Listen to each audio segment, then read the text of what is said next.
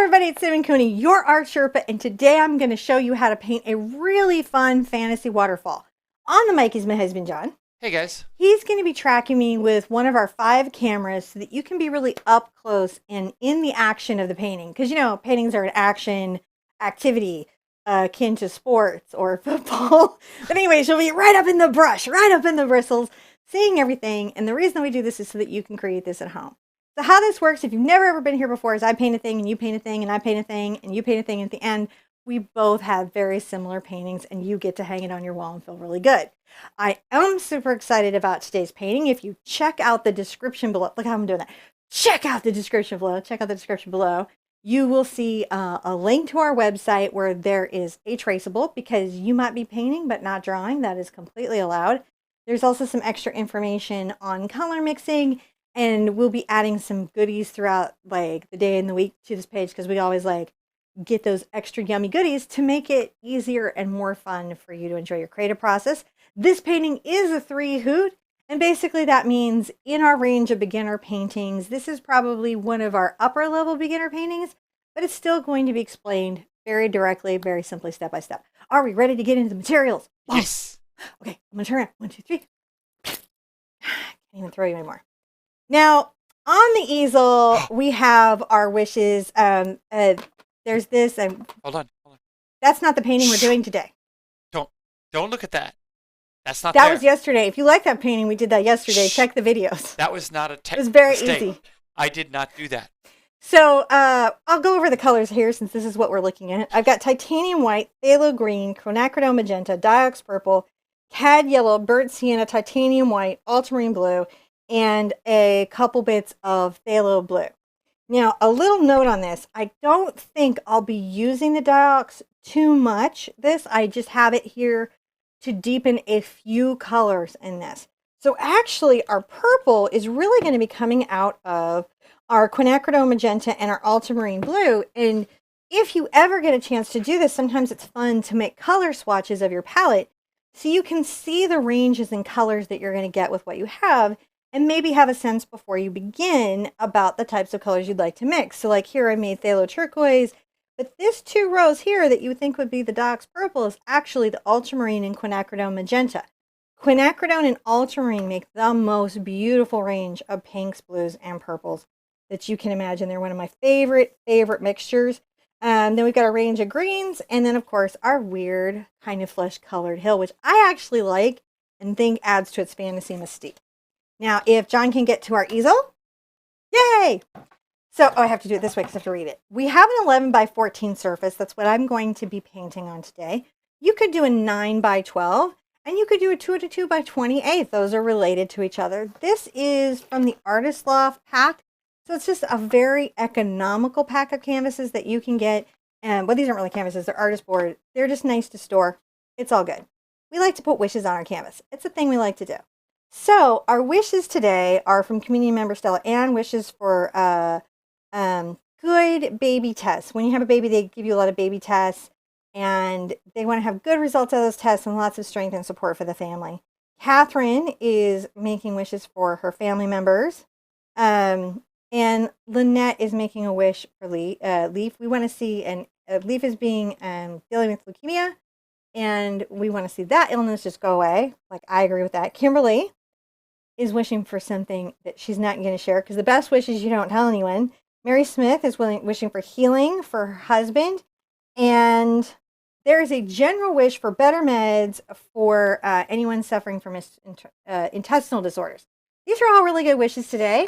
So I'm going to put this up here. Now, I do these in like a watercolor pencil because I can just erase them with like a wet brush. This is my baby Silverstone. I love this brush. I'm going to get this wet, and I'm going to just rub these little fellows out, putting them into the ether, into the universe, so that the powers of good can do their awesomeness. All right, putting that out there, putting that out there. All right. Here we go. Here we go. Super fun. That won't affect the paint at all, will it? This does not affect the paint, and that's why I tend to use this type. And then at the point where I kind of wet it and then spread it out, it really, really doesn't affect the paint. Now, I am going to do an acrylic ground a bit on this canvas because I feel like it's going to help us. So I'm going to do, just right now, to kick it off, I will go ahead and do a little bit of my Diox, a zine. Artists like to call it Diox, but it's Doxzine. That kind of throws people off when they're new to painting because they're like, I see your Dox purple, but all I can find is Doxzine. And I'm like, yeah, artists get kind of like, I can't write out this whole word. And so we shortened phthaloethicane and Doxazine. But not alizarin. We don't call it a Liz. Why is that? I don't know. We're very capricious in how we name things. Apparently, we're like, we'll shorten some, but not others. And it's like a collective consciousness decision too. I'm just saying. What's the metric? Okay. What is the metric? What is your metric? I don't know. Okay. So let's kick this off with a nice big brush to do our background. I have a number 26 bright. This is a short handle. This is a long handle. So if you're sitting at a table, sometimes it's easier to work with short handle. And if you're standing at an easel, sometimes it's easier to work with long handle. That's the difference. They size out a little differently. I'm also going to take this fabulous, amazing artist knife. It's so good. I love it so much. And I'm going to use this to mix these two colors together. If you don't have an artist knife, you can just use your brush. You know what makes that better than all other palette knives? Yes. Now, notice how little, it is better than all other palette knives. Because it's red. All right. Probably not better than like Holbein palette knives, which are like 340 zillion fold still, but those are made by like samurai. Yeah. So they win. And then there's some really cool Italian ones. But after that, these ones. Totally the awesome. Red ones. I have to tell you guys something. Okay. Very important information you need to know. This is a very staining pigment. It is very powerful. This is like nitrous. You want to be like, oh, I can't use that much because it takes very little of this to tint your white. Yeah. And you have to be so careful if you're trying to get a light color out of your purple. Okay, so what we want is we do want a light color, but we want one dark enough that it is not reading as white on our canvas.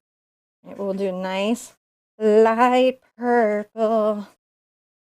Just a light one. It's just a little bit deeper than the white on our background canvas. There's a bunch of reasons that we like to do acrylic grounds.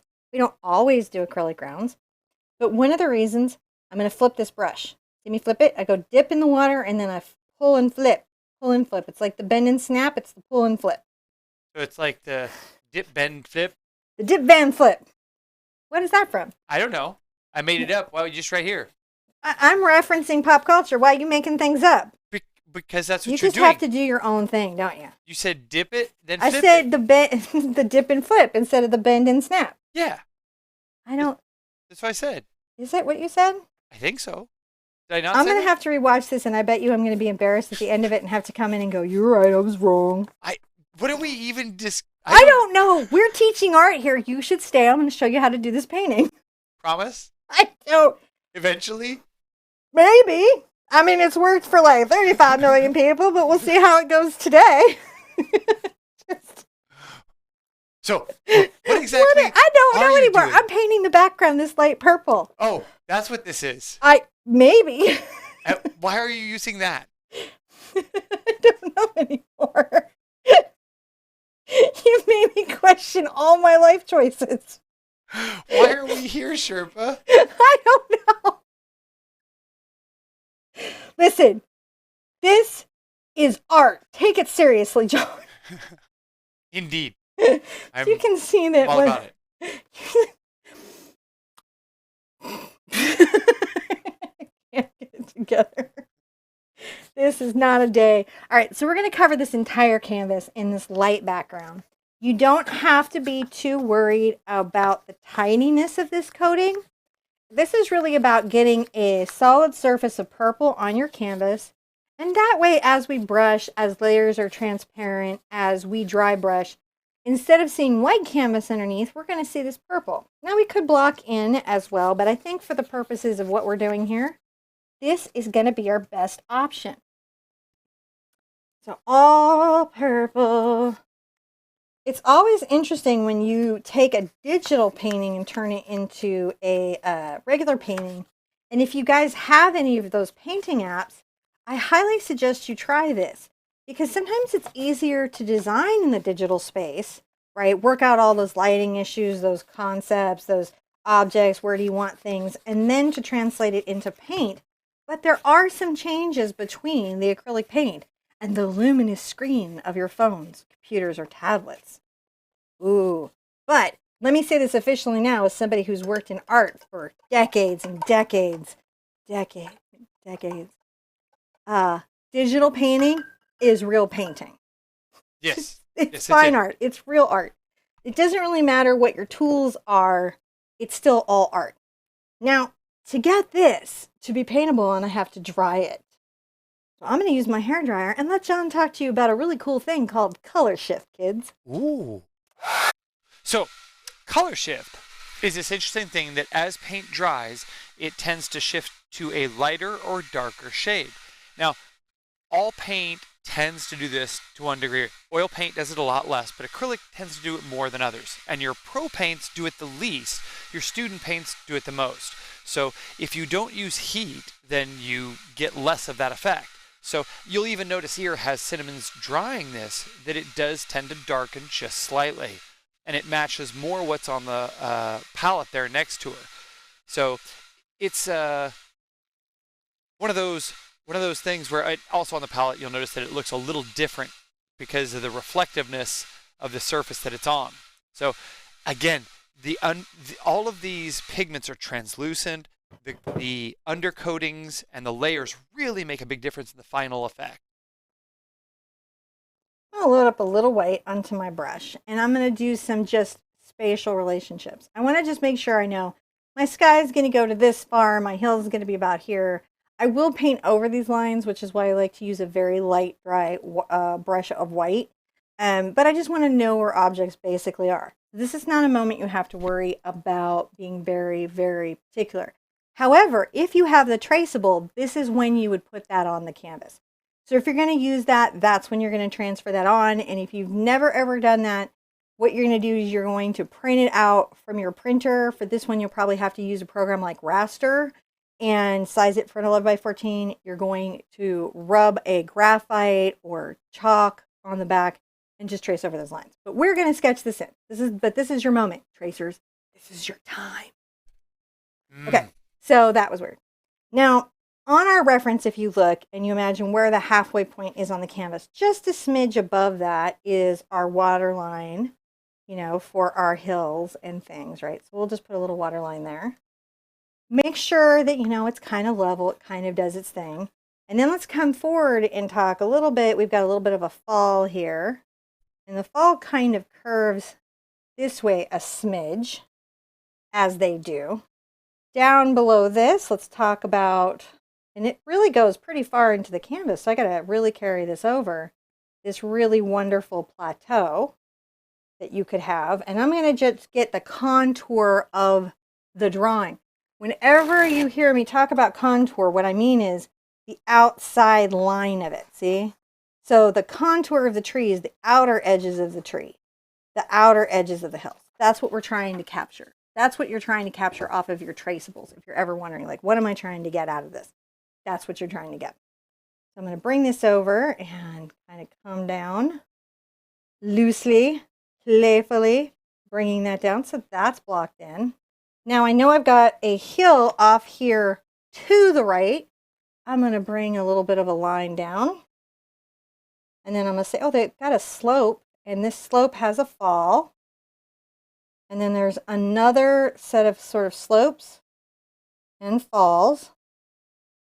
And then from this right-hand side, we've got a bit of a little slope and another fall. So you see how we're just saying, all right, we've got some stuff here and here. These are things that I'm thinking about. These are things I'm worrying about where they are in my painting, but not in the kind of way where you're being judgy of yourself. No judgy today. This is a fantasy fall, and in this universe, there's no judgment. I have declared it so. Right? It's your world. You're the creator. Remember Bob? Good advice there in references to your paintings. Okay. Now, if you look at where objects are in relationship to each other on a image, right? So whether this is your trip photograph, whether this is something that you find from Pixabay, which is a Creative Commons website, or Upsplash, paint my photo, because we don't want to just grab things off Pinterest and paint them, because that belongs to somebody. But those are good websites. Pixabay, Upsplash, paint my photo. So notice where everything is in relationship to each other. So say that the aspect ratio of this is a little different than my canvas. I'm going to focus on the main objects, get those laid in, and let the outer edges of my canvas adjust for the size differences. So right here on this line is where our next hill comes down, and it comes down to about here, and that's before we ever begin these other set of hills. That's how you do that. I don't know if that's helpful to you, but it always helps me. I muted myself because I was sipping coffee We're doing out of my ember. I'm so glad I got that for you, but I'm now so jealous that you have it. It's one of the toys that I can brag about having. Is it? I can't walk around and say. So now I know where this hill kind of is. I know where, this stuff is. I'll put my tree in really last because it's sort of a forward-facing object. And I'm going to start enjoying painting in my fabulous, amazing, adorable background sky. If you're wondering what I was sketching in, this is a Silver Grand Prix Bright. I actually like the Cambridge for acrylic just a little bit better, but if you're an oil painter and you haven't tried these brushes, just stop what you're doing and go get one. Seriously, stop right now and run to the store. Yeah. We'll wait for you. Just hit pause right now. What I need is one of those little intermission buttons. Go. Just cut This right video has been stopped so the oil painters could go find out about the Grand Prix. I mean, look at this thing. It's green with this copper ferrule, which is gorgeous, and it's the best dressed hog bristles you've ever tried on the planet. Everybody swears by them. It's the most steampunk brush that I know of. It is pretty steampunky. Okay, so all right, that was a divergent. It's just this brush commercial brought to you by Silver Brush. Unintentionally, but is still true. So now I'm going to put out my quinacridone magenta, and I'm going to then also put next to it, if I could find it, because I don't know where, there it is, ultramarine blue. This is where I'm going to get a lot of ranges of my purples and pinks, where I'm going to cool it and warm it, and that's why it's kind of nice to use these two. Then I'm going to put out, interestingly enough, my phthalo green and my phthalo blue next to each other, because that's going to be a lot of our water and our bushes. Interestingly enough, we're going to use those two colors to sort of get those spaces worked out. So put them next to each other. You might have trouble, if you're not used to seeing them next to each other, to tell ultramarine from phthalo blue. One of the things that I see throw new painters off so much is because they look so similar, they think they're very same blue and they're very interchangeable, but they mix super differently. This one is biased to green. This one is biased to red. You want to know about biases? You must take my big art quest, which is free. So you should do that. Or check out Technique Tuesday on Facebook. Either one is good. Now I'm also going to put out, I'll get it out now because I'm blocking in right now. We're going to put out some burnt sienna. Let's hit some more white here. I have my fluid white, and I'm going to see if I can get away without using zinc, just to save us some. But if you've got zinc, it's really nice to use on this. But I forgot to put it out. Would you forget to get out? Zinc. Oh. I just got the titanium. It happens to me. It happens. Now I've got some black here if I'm having trouble getting the depth of color that I want, but I'm going to see how far I can get without having to worry about it. I'm going to use this number 8 TheArtSherpa Cat's Tongue. You could use a filbert, you could use a round, or you could use a bright. It's really about the brush you're comfortable with. And I'm going to mix up a little bit of purple. I'm going to take a little blue and a little bit of my quinacridone out, and you're going to notice right away that these are a little bit purple. And I'm going to take this just a bit to the blue. See, I'm adding a little more blue. Let's come up here, right, as you do, and let's make a fun, sweet little sort of, it could be cloud, could be mountain. The way they did this, they were could be anything, guys. Work it out. I'm going to load some white onto my brush. And I'm going to come here at the edge and just start to work this color down. See how we're doing? Yep. Pam was asking. This is how we're going to get it real soft. Pam was asking. Hi, Pam. Is zinc the same as mixing white? It's very similar. I would unanimously say yes, except a couple companies didn't make it with zinc pigment. They made it mixing zinc and titanium white. So you really have to look at the tube and make sure. I think it's a PY6. Wait, I can tell you right now. It's on the tube. It's on one of my tubes. I don't know if it's where on this tube it is. It is PW6. Yeah, PY7. Sorry, is zinc. Is it PY7? So if it's PY7, then it's really essentially zinc white, and when that's good, that's what you want. If you see PY6 and PY7, then your mixing white is a mix of titanium and zinc white, and that's also totally okay to use. Indeed. So see how we're just kind of blending this little soft space down here? Super soft, super soft. Now I'm going to get just a little bit more of the magenta on my brush. I'm going to get some water here and some white. And so what have I done? I've warmed it up with the magenta, and I'm going to brush this up here into this space. Look how soft that is. And that little bit of red, that's going to warm that up significantly. Look at that. And that's going to give us a nice, soft, romantic effect. That's how we're going to get that. Now, this is only really possible wet into wet. You really need to work this wet into wet. If your paint dries, just start over, and all that'll happen is the color will get richer as you try to achieve the layer. So this is not a place that you could walk away from the painting. Don't leave your painting right now. It needs you. Stay. It needs you. Be at vigilant. The easel. Your painting needs you. So I'm going to take take a very needy painting. One of the things that you can do sometimes is take a damp brush and maybe soften some of the painting. Now we're going to make a few more little hidden thought about little hills. And so this time I'm going to get my blue and my magenta, but I'm going to be a little more magenta, just a bit more. And I will come here and let's, that's cool, right? A little bit of that. Now I'm going to get my white right into it and just start to blend that space. See how I'm doing? So I worked very quickly there. I didn't let that sketch dry, did I? I was like, I gotta go. I'm on the move. Sometimes you gotta be on the move in your painting. You know, somebody comes by, can you get the phone? No, I'm on the move. I can't. I love having to yell, I'm in the middle of a painting, I can't get it. It's a viable reason to say I can't. I'm going to just kind of knock those together, giving that a nice thing. There we go. Let's make another little layer here, because this is a very full kind of implied little sky. See how we're doing? And we come around these little clouds. Now I'm going to go a lot more white right here, just to create sort of some depth separation. See how we're doing? Lightening the base of the cloud. Take that into the corner. That's fun. Who doesn't like that, right? Oh. Now, interesting thing that we can do here. So I'm going to get a little of my Doxazine, which is a very different purple you can see from what I mix in the blue and magenta. If you just didn't have it and all you had was the magenta and the blue, you'd be okay. And I'm going to make sure that the top of my sky, whoa, that's too much. See how staining that is? Got on my brush and it would go away. I'm going to come right here and make sure this is a little bit darker up here. And then I'm going to get white and make sure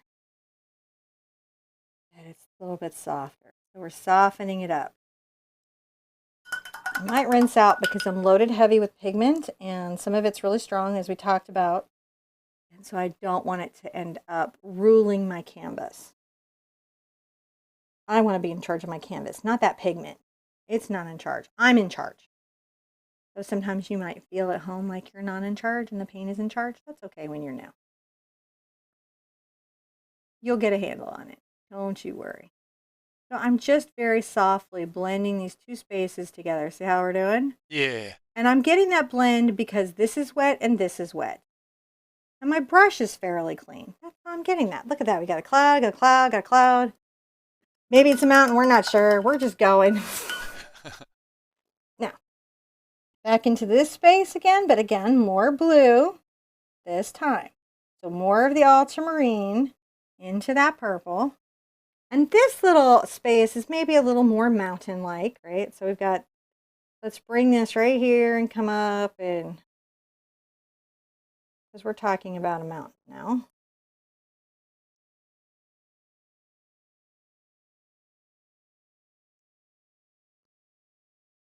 I'm going to brush this back, keeping it wet. All right, keep it wet. Now I'm going to rinse out. I'm going to get some of my white. I'm going to just soften these spaces together. And look right here. There we go. A little bit of soft.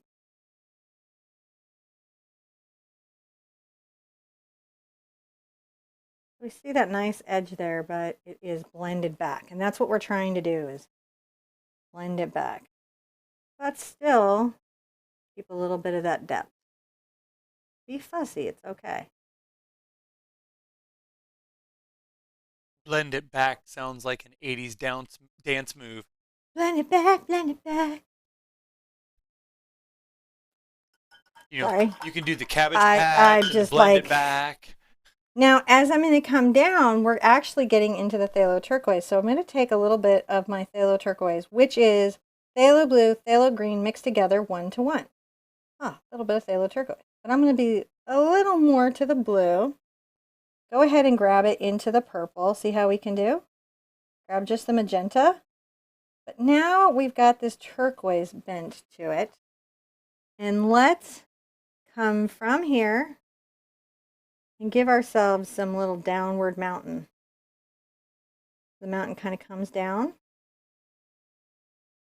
Maybe you can hint about one right here. And we're going to just brush this down real quick at first.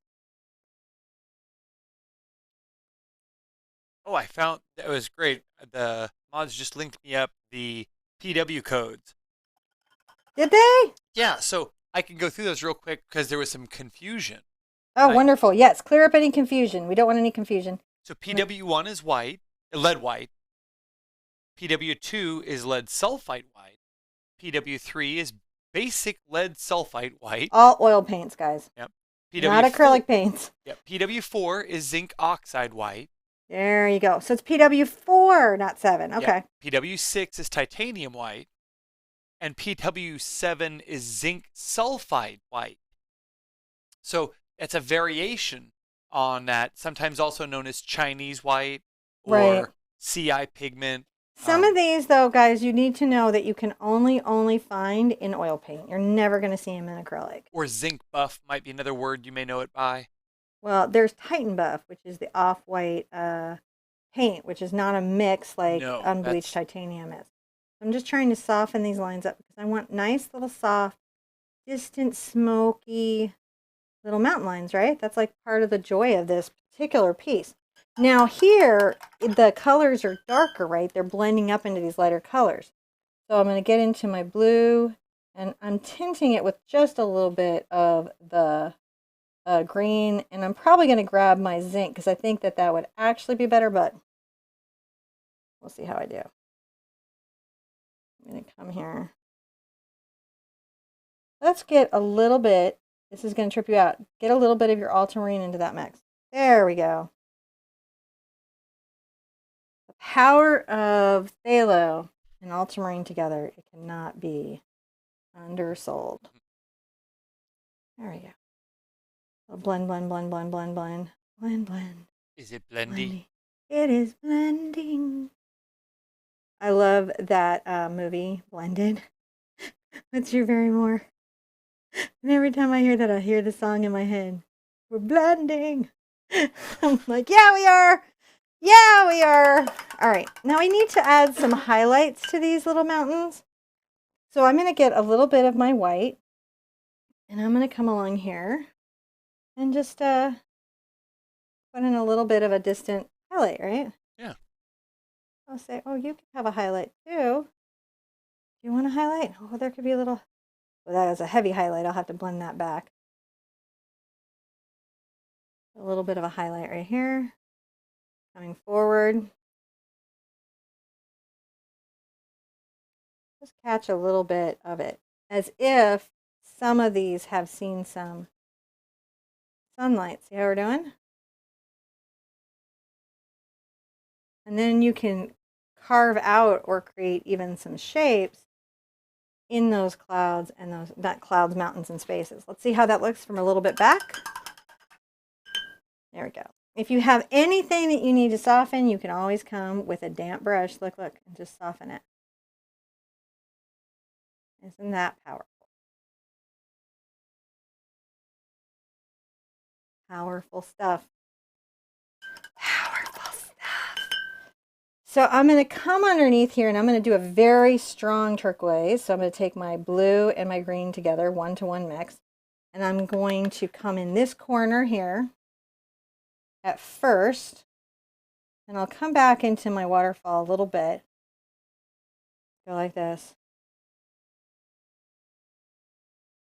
And I'm going to brush this back this way. This often, the phthalo turquoise might take a couple of coats, but I want this here as like a base as I come up with the other little colors that might be working. Come back here. Like you do. So we've got that little space. And now I'm going to get my quinacridone and my ultramarine together. More quin this time. So this is a warmer purple. And come up on the top of this little mountainscape. You know, to the degree that you can, sort of follow along that contour line, right? Doesn't have to be perfect, doesn't have to be exact, unless that's important to you. And then you probably should make it those things, if it was super important to you. You know what we're doing? I see. I'm just going to blend these two together. This is layer 1. Ready, layer 1. Oh, I'm making a note. I can't help it. I'm going to actually take this dark color down, even though we're going to be coming back with some blue in a minute. A very light blue. I think it's going to give us a nice result to have that underneath there. Let's blend these two spaces, kind of an ombre. See how we're doing them together? I see your ombre. And you raise me ombre? I raise you a fade. We're going to let that dry for a second because for the next layer, this needs to be somewhat dry for us to start to build that up. It's all about the layers. It's all about the layers. It's all about the layers, layers, layers. Not the players, players, players. I don't know what it's not a song. I just sing random things. If you talk to the kids, they'll complain about it. So, you know, it's a true thing happening. Now, my water, definitely I'm going to do phthalo turquoise. So I'm going to get my green and my blue 1-to-1. You can mix these with the artist knife too, just to get a nice basis up, you know, if you want to. Once I get that, I'll get my white. And you can see as soon as you put the white in, it reveals that turquoise, doesn't it? It reveals as it paints. Do, do, do. And I'm just going to brush that back and forth initially. Taking it forward.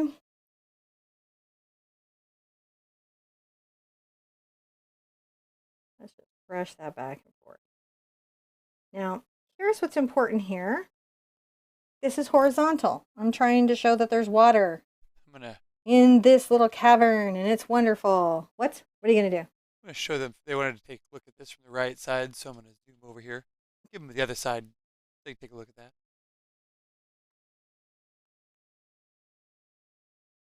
You know what we could do? What's that? We could do a minute of a tour around the canvas at this stage, and I could sip my coffee. Hey, you know, you can totally have your sip of coffee. You could tour them around the painting. And this is the upper left-hand corner of the painting. And this is the lower well, right-hand sometimes it's nice for them to see this is where we're at. This is a good moment to say, are you here? Are you here? Are you here? You are here. That's the artist philosophical retrospective question of the day. Are you here? Now I'm going to take my ultramarine and my phthalo blue and I'm going to mix them together a bit because the color coming forward on the waterfall is different, if you'll notice, a bit than the surface of the lake. And we are going to use that to our advantage. I'm going to come right here and just add this darker value. And it's going to take a couple layers.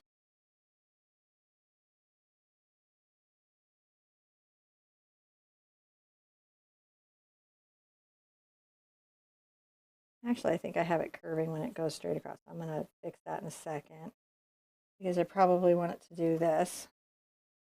And again, it's just, you can see it's not that hard to do anything. You just go, oh, okay, I'm just doing this. Now I am going to fix the brush directionality here, even on the fall. So you notice I'll take this brush on its side and pull it down for a fall. Again, still number 8 cat's tongue, but you could use whatever you have. Nobody's going to come and be like, you, give me your brush. Although, that's something that seems to That would be cool, like if somebody came, what do you call somebody came to your door and they were like, give me your brush. And then you came to the door and they handed you other brushes and then just left and you had no idea why. That feels like a fun game show to me. It's a very niche game show. So niche. You'll be going to lots of houses. Do you paint? Do you know what a filbert is? You know how funny it would be to be like, and have people like, no, I really don't want these brushes. Because all the people who were artists would be like, no! Good times, good times. I'd be like that with Super Bowl tickets. Do you want Super Bowl tickets? No. And then not if you made me sit through it. No. You know, like I would pay someone else to go for me. All right. So we have that kind of blocked out now. We've got some things figured out, right? Are you figured out? Probably not. So I'm going to take my ultramarine. I'm going to load up my brush. I'm going to bring it over to my burnt sienna. And I'm going to mix them together. These two make a beautiful gray. Aren't they nice? Beautiful gray. And I'm going to paint in this whole little kind of mountain space with this first layer of like the blue and brown. Because some of this is going to be quite dark and we're going to be building up on it. You get more brown in there. It's okay at this layer. You're just covering this up. We're still getting the unification though from this kind of lavender underlayer. It's a weird thing when you paint it without, when you paint it with, you can see that it will impact different spots on your little canvas.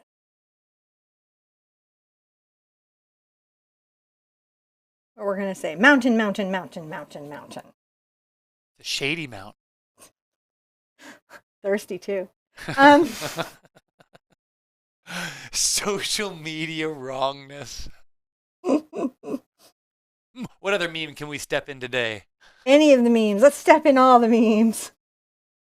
Let's go like old school and be like, long cat. Several people just burst out laughing. But not that many people because that was a bit ago. I'm putting out ultramarine right there. That's what I just put out was ultramarine. So right now what I've got is some quinacridone, some leftover ultramarine, some Dox purples, some titanium white, phthalo green, phthalo blue, cad yellow, which I haven't even gotten into, burnt sienna, and ultramarine. Now, I just saw this really cool thing an awesome Sherpa did where she watched the whole video and she took notes on when I put out when I used a brush or when I used a color so that she didn't put out paint before she needed it. Is that not smart? That's really smart. Oh, I love it. I added it to the lavender girl because that's the one that she shared. And I was like, this is the best thing I've ever seen. I hope she does it for every video. But I'm just like, that is great because we can add those timestamps into the videos. Katie. Hi, Katie. And she's awesome because she's a double name. Katie Kate. Katie McKatie. It's Katie Kate. Yes. Okay, Kate, I'm fine. I'm fine. Katie, I don't know why I'm so excited about that. Is this she would like to know, is this a beginner's painting? So here's what I believe about beginners, Katie. I think beginners come at 3 levels. I think there's a beginner that hasn't painted since kindergarten, and they need to know stuff like, where do I put this paint on this brush, and how much water do I need, and what's the difference between acrylic and oils? They just don't know, right? They might need to know what color basic color mixing is, like primary colors and stuff. And there's no shame in being at that place. If you're like, I'm not really sure how to make orange, you would be a 1 hoot painter. 2 hoot is that you've been painting a little bit, you've done 20 or 30 paintings, or you used to paint and it's just been a little while, and you kind of get those basic concepts, but you need a lot of support and assistance through your art journey.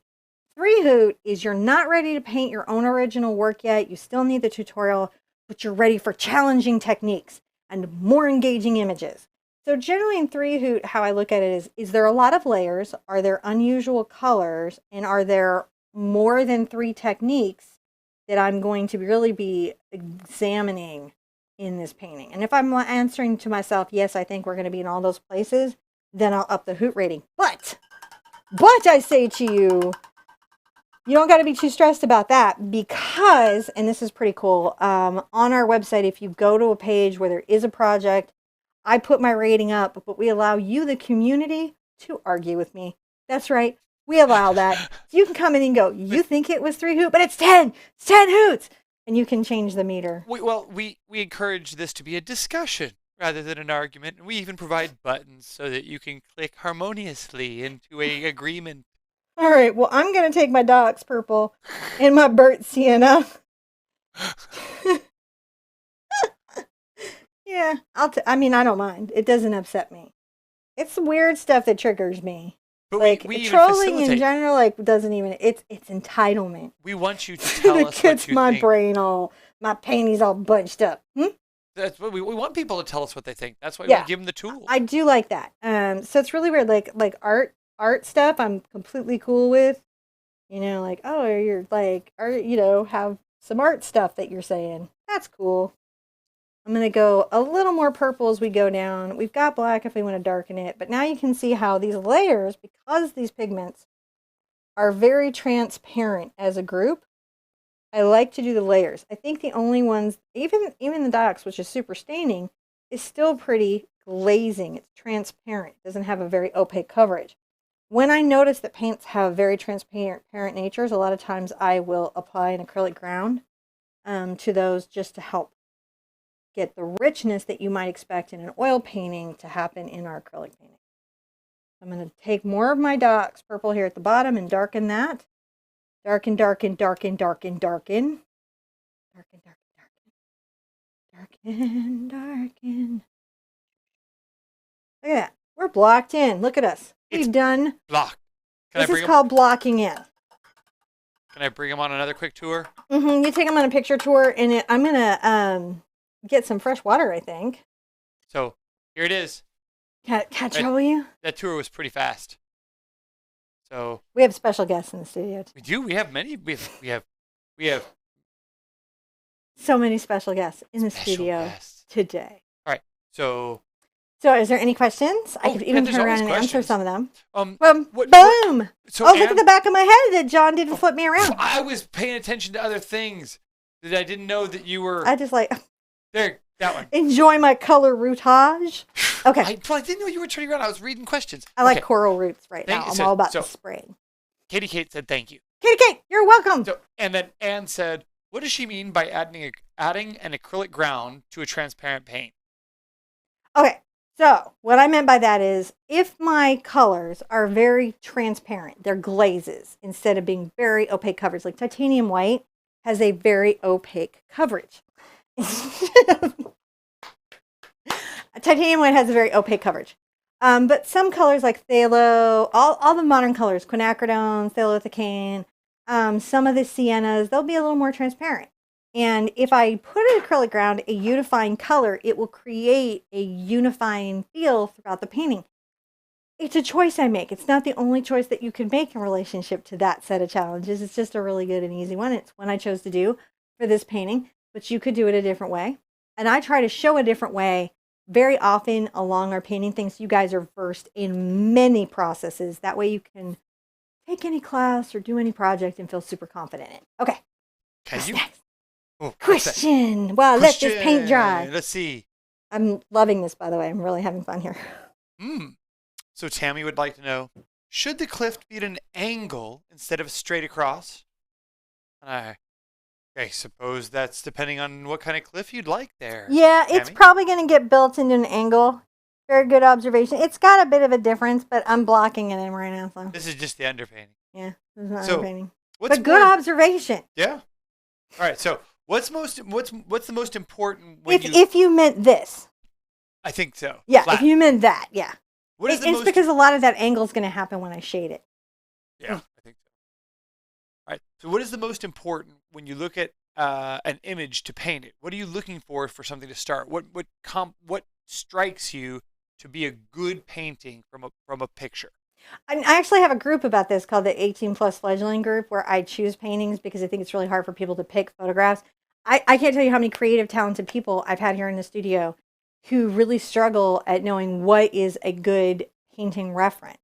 And generally, with a painting reference, I look for something that doesn't ask me to correct a lot of issues within the photograph that would be really challenging in a painting. So, like maybe a photographer is trying to be, you know, arty, and so they photograph off the boat at an angle, right? And you understand that you're looking out at the ocean and all that's fine, and this dolphin, it feels like an action shot. In a painting, though, an angled horizon line can be really problematic. So I might choose when that photographer chose to level out, right? They're not trying to win the photography show, they're trying to get a good reference.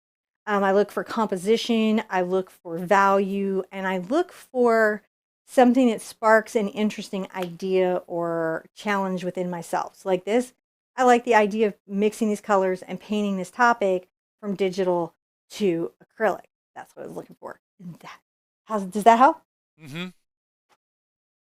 Make sure your trip photos, when you're taking a picture, level the horizon lines. Number one thing you guys will do to help yourself. And then also check your lighting.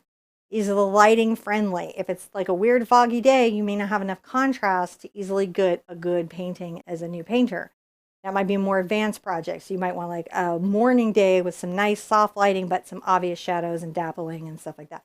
I'm sorry, I could talk about this all day. You All right, could. you ready to get back in the painting? Well, you have a show. This is like you could talk about it all day long. It's just up to Ew, you. I just got paint all over my thumb. I got paint all over my brush. A big glop of paint right there. And then on the handle, I bet I'm going to get it everywhere. And then I drag it all over the painting. I don't know if you guys ever have those days. So I'm going to go back here and I'm going to start working out some of my details, some of my thoughtfulness. I'm going to put a little more. So let's pull in some of our magenta. And I get a little magenta. And I might take a smidge of my blue to it. You can always hit it with white to just see where the color is at. And I'm looking for the pink purple that's quite light at the top of the hill. So we've got some little highlights that we can kind of talk about coming down here. This isn't the lightest highlight that I'm going to have, right? It's just a range so I can start speaking about the different planes on this hill. And I'm going to be just doing the top. They were just doing the top. Just the top.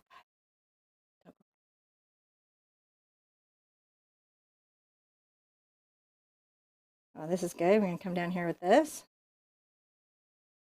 There's a couple good questions. So many quick answers. How can I help Oh, you? no, I said a couple of good questions. Oh, okay. Definitely not quick answers. Okay. One's a funny one. Patty was like, "Hi, Patty. John, is it today an all-day show? What? I think that was an optimistic question. All day? You'd like to go all day? Well, you know what idea I'm playing with? I'm not promising this, but I am playing with the idea of a multi-day still life again. Yeah. Where we do all the hoots. And Deborah had a I'm good going to get question. some more of my phthalo turquoise here. She'd like to know. She says, we've learned a lot from Cinnamon. What's she learned from us along her way? What do I learn from you guys? Yeah. A lot, actually. So one, I learn a lot about teaching. What's working and what's not working. Because you guys will always blame yourselves. Well, guess what? I blame me. If you're struggling in a project, I know it's me. It's nobody else. I don't look to anybody else. And you will help me refine how I'm explaining something, how I'm teaching something, so I can be better at what I do. You guys have also taught me about being brave and resilient. So many of you face things that I can't even imagine and come out the other side better, stronger, more able people. And I just am so humbled by you. And also, I learn a lot about courage from you guys because depending on what you've got going on in your life, you might not have all that much support in your art journey or just in any space of your existence. And you really share that very honestly and bravely with us. And I'm always like, I can learn a lot from that. So That's what you teach me. Well, they're awesome. That's awesome. So I'm deepening this color right here, and as I come forward, I'm gonna get more and more in my maybe my phthalo blue, and it's okay if you tip a little white into it to pull the color a bit, because you know we're coming through here, and it gets a little bit lighter as we come forward. I'm gonna just keep working this back hill.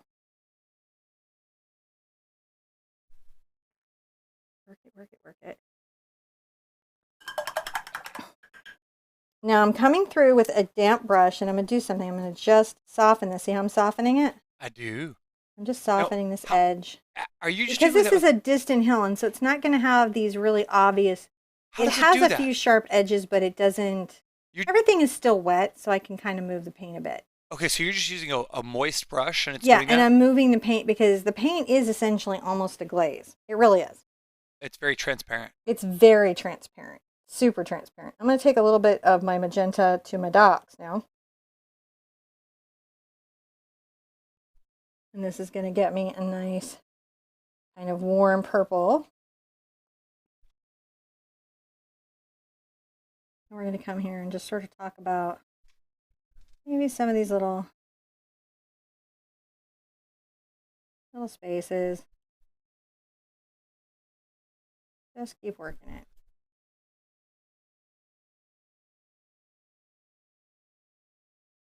You don't think it, but there's a lot happening here in this back hill, and you should enjoy that space. Now, as we kind of pull those things, I'm going to kind of maybe glaze that back a bit. Again, magenta, docks, purple. A little more white. I'm going to come right here. Come here and maybe make some of that shape. Now I'm just sort of refining some pieces. And how I find that spot, I'm going to find a little spot right here. I look at the reference and I see what I can see. I know that sounds goofy, but really it's what's happening. You have so much that you can see depending on where you're at in your art journey. And you train your eyes and your artist brain to see more and more in every painting. Every time you go to the easel, every time you pick up a brush, you're strengthening your artist eyes and helping you see more and more of what's happening in a reference, in an image, so that you can recreate that perhaps more faithfully and more lovingly than you might initially expect. You can see I'm just pulling this into a couple places, making these maybe different little faces, right? These are little faces that are happening. Different values. I'll come back into this, get a little white into it. Maybe a lot more white into it, super light at the top.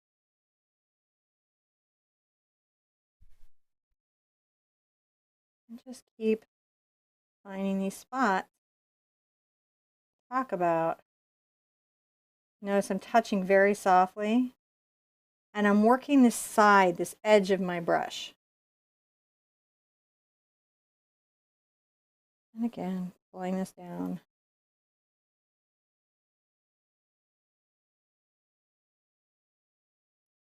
Now,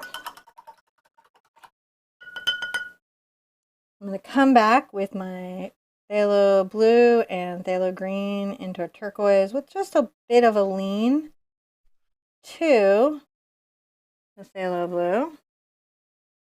And I'm going to come through here and maybe start to tip out some of this here as well. See how we're doing? I'm going to play these colors against each other. A lot more white, get a lot more white. So much more white. There we go. Let's come here and be like, oh no, we're gonna get magical here, sparkly in the distance. That's what we're gonna do. I won't take it down too far because I've got a lot of weird little rock things happening here. Let me get some more of my white.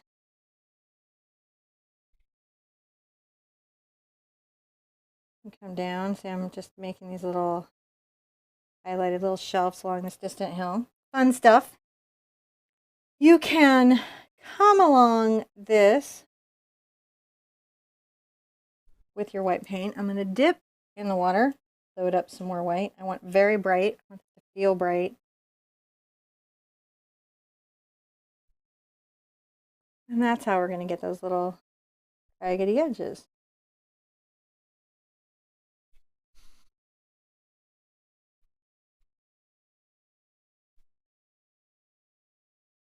There we go. Pulling these down. Enjoy yourself. All right. So now get back into your phthalo turquoise. And I'm going to wipe off some of my paint. So I'm going to just sort of create this mist space in the back that's coming up this hill. See what I'm doing? Yes. This is just distant. This is far away. We want to mist it up. We're just building this back. Oh, I love this background hill. It's like I'm loving it. Sorry, very excited. Sometimes I get excited at whatever I've got going on, and I'm like, oh, I really like that. It's like pulling together in the way that I want, and I'm super happy about it. And yeah, get excited. I'm going to ultramarine blue and Doc's purple. Kind of see that color happening there. And just make sure that this is a little bit more thought out. Now, if I go right into the magenta and a bunch of white, I'm going to get these sort of like hot pink highlights. Feel free to put a few of those out. Look at those. They're going to help you find your hill, aren't they? So mountains oftentimes are about this variance of shadow and highlight, and then we as artists can either faithfully capture that, or sometimes we kind of play with that space to help ourselves, you know, through it.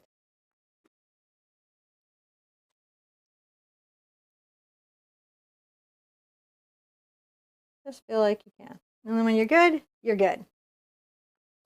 When you're good, you're good. This is good advice. All right, I'm going to get my ultramarine, and I'm going to get a little of my white into it. And maybe I'll like this weird little rock or something that's happening here in the distance. So we're putting that right there. And then I can always come through and take a little bit of white and highlight it. But it's very light, right? It's not, none of this is super defined. Right into this here. Maybe a little more white into that. Talking about different little spaces that are happening here. Softly brushing back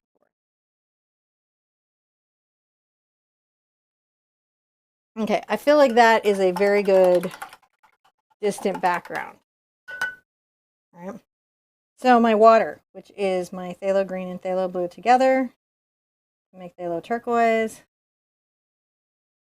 My back waterline is quite dark. There's going to be some highlights there, but I want to darken this up. See how I'm doing? I might even, this is crazy, but you might even get into your ultramarine. So when you do ultramarine into your phthalo green, you get a teal, and you can use the bright warmth of a turquoise against that to be quite successful at creating depth effects. Depth effects are really fun. Are we doing okay? We're not too tired yet, are we? I'm not tired. I'm drinking coffee. Well. And I'm going to go out to www.TheArtSherpa.com, where I can find out all about all sorts of other cool new paintings, including information about the project, like in the link in the descriptions down below. I'm going to make a little rock that's going to be sitting up front on my fall. Let's put them right here. Was that like a super smooth and professional segue? It was. I'm very proud of you. And I'm just going to get that first little layer. I'm probably going to have to put my black out, but I just want to know where it is. So, it's happening. See how that's happening? See it. I'm realizing I might need some of my cloud brushes to do some of these little twinkles, but I'm going to do them last because they seem to be coming off the tree. Wait. We'll see how they go. Wait, So, this is twinkles are last. what just is so a you know. twinkle and how do you get one? Twinkle is the little sparkles that you see coming off the tree going through. And so there's a bunch of different ways to get them. They're fun. I highly recommend them. It'd be funny if it was like, I don't recommend a twinkle. That would be like a really weird thing for a teacher to say. I'm going to come here and start to lighten my water, and you can see I'm brushing back and forth. I'm still using my number 8 capstone, guys. You know, I haven't even switched into another brush. So I can see myself passing on the twinkle and doubling down on the glitter. glitter is an option. Maybe even going for some foil. If you really feel like you must, I wouldn't want to take that from you. There's also those illuminous paints. Now, when I get my water where I want it, and what I'm trying to get out of my water is sort of, some lights and some darks. I want the outer edges to be a little bit darker. And then we're going to create a light path that's coming down off the hill and into the water. So that's what I'm going to be constantly sort of playing with. That's how I'm doing that. So now I've got a darker turquoise I'm bringing in. And you can see I'm starting to create those sort of little spaces. And it's okay to brush back into your mountain here to get a nice long brush stroke. You know what we're doing? Yeah. And I may even want to drop this down still. Let's bring this here. I want to drop that down even more. There we go. Now, when all of that's on there, get some white, just right on the tip. And you're going to definitely want to talk about this little space here. So we're going to make this quite light. See how we're doing? Yeah. Now we're just bringing that reflection through the water. A tree is going to cover it up a lot, so don't get too crazed about it. You just need that sense of light happening here so that when you put the tree in, it makes sense. As I get too crazy about it. Now, I'm going to go ahead and indulge in a couple of things. Put out some more phthalo blue. I'm going to put out a little bit of black so I can deepen some colors past what my chromatic blacks, that's the colors that I'm making without using the color black, are managing to achieve. And I will update colors and everything, like, just to make sure. I try to do that if I can. All right, I'm going to take my phthalo blue and my ultramarine blue. I might even grab some of my docks, and I'm going to take this as far as I can take it. We're going to take this right into this space here because it's probably going to need it. There we go. That slight angle that we were talking about, and I'm going to pull that up. Again, darkening that.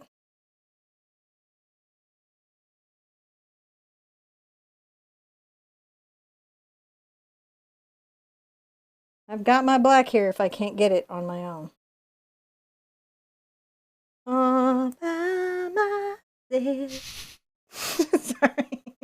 You are definitely not all by yourself. No. You got about 500 friends peeking over your shoulder today. Closer to 600 today. I'm really going to play the contrast between the surface water and the lake water. Now you're like, it's like a blue wall has butted up to my lake. How is that going to be a waterfall? Oh, I'm going to show you something cool. Hang in with me. Your wall, your weird blue wall, will be a fall. Say it with me. My weird blue wall will be a fall.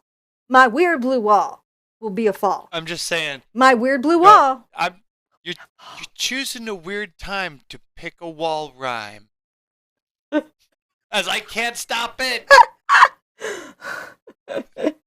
But I think they'll be fun, even if I rhyme. Oh no. Oh, you on? No. But we can go. No, stop it. Because I know you know. Don't do it. Don't use my drama heritage against me. must be done. Because Find we're yourself- having fun. I'd go all day. If you find yourself in a That's place what they say. in a house of yes, But don't you guess what you should paint next. I warned you. Run away. Quickly run away. Just down thumb and go. Just down thumb and go. Save yourself.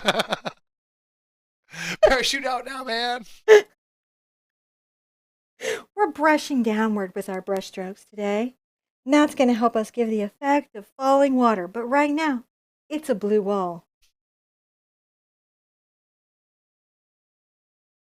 It's sort of brick shaped. Yeah. It really is. It's like if you took Oklahoma and stood it on its end and then broke the panhandle over. I'm going to add a little yellow to my brown and my purple. And we'll get that weird surface color. Let's come across the top here and just make sure we've got some thought about that hue over there. You know, that hue over there, John. I do not. Oh, making such an... It's so crazy. Like, one of the things that attracted me to this was this crazy, ugly color. Can I make it? I don't know. Is that a color that only exists in digital paintings? Hard to say. Because you can do things in digital artwork that is much more challenging sometimes in traditional artwork. So it can be real fun to not get too specific yet because we've got to make, but we'll just talk a little bit about the top of the hill. Like the top of the hill. See, I did the brush tug. Yep, that was George of the Jungle. You heard correct. Okay, see how as everything starts to take shape? Isn't that kind of wonderful? It is. It's kind of wonderful. Now, right here. Right where? Right down here. Oh, here. Okay. Is My it painting sticking? has stuck to the bottom of my easel. I'm going to go like this, yo, and flip this upside down. For just a second. I'm going to take my brush and get a little bit of my phthalo turquoise, as you do. Right? And I'll get a bit of my white. And I'm going to come here and I'm going to just begin to create a weird atmosphere.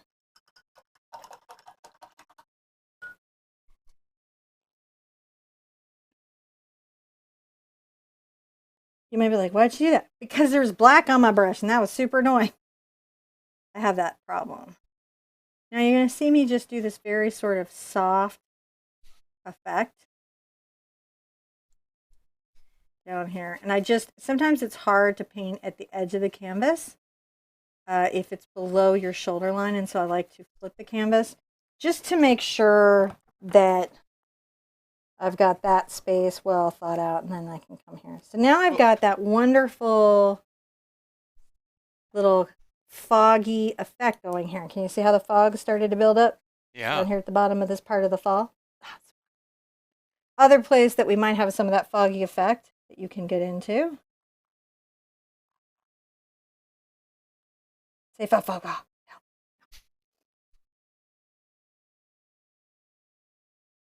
You can go ahead and, put that in now.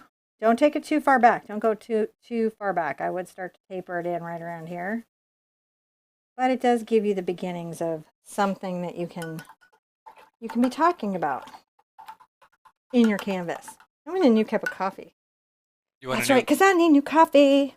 I'm going to get a little bit of my black into my phthalo turquoise. So I'm going to mix some phthalo turquoise, but I'm going to add some black to it.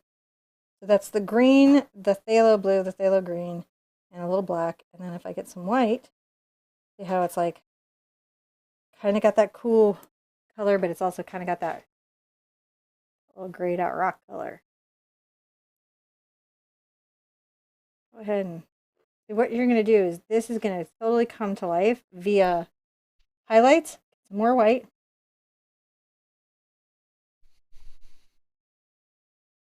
Some light on your rock, man. Some reflected light. Yeah.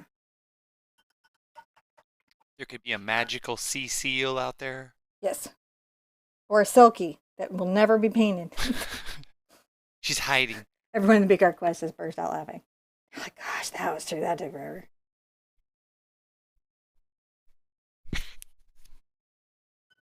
All right, here we go. We're doing good. Yeah. You're doing good. Are you doing good? You feeling good? Yeah, I'm okay. I'm talking to them. You're fine.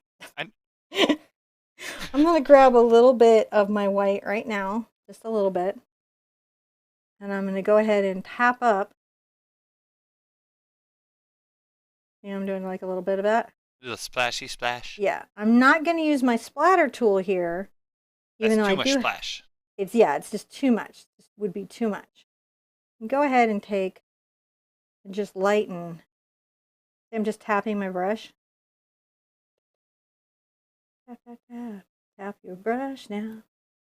Tap it now. Take it out a little bit far.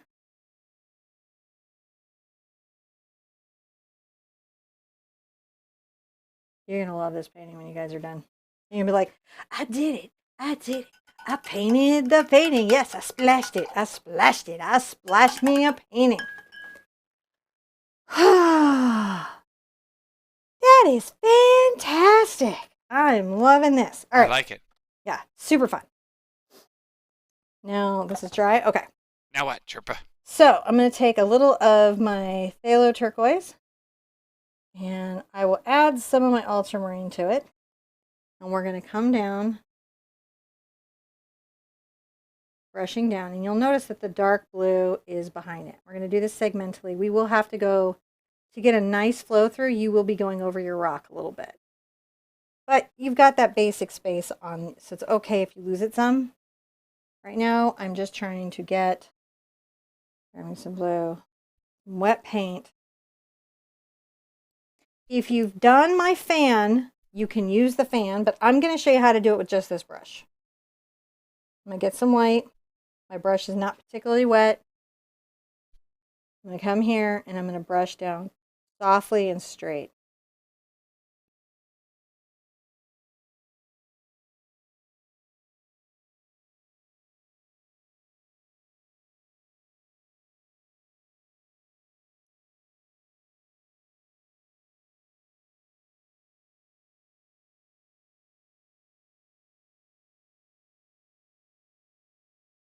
So the trick here is to be, see, it's going kind of wonky. You want to straighten it out as much as you can. Now I'm with Julianne. I'm pretty sure she just said this is in a Boston accent. This is wicked awesome. Thank you, Julie. And I'm hoping you feel yours is wicked awesome. All right, so I'm going to add some lighter white here. To see how I'm just creating this space.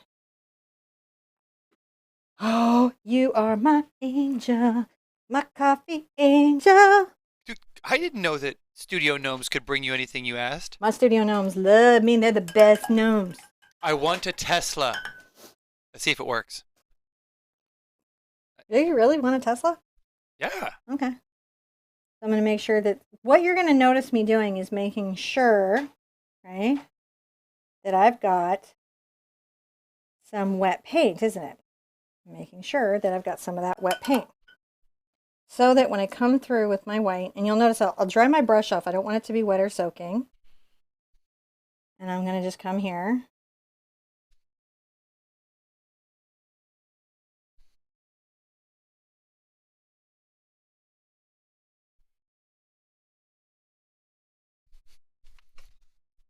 What makes your waterfall work is that value change between the surfaces and down. And then what you're going to be doing is you're going to be pulling these highlights down. And they are not some small feat, let me tell you.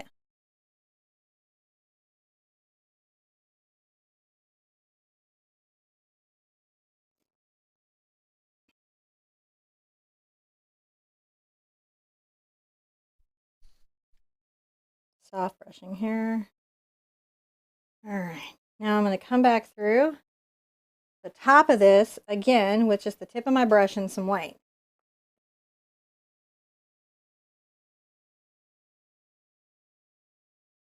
Because this isn't where I want splatter either. Yeah.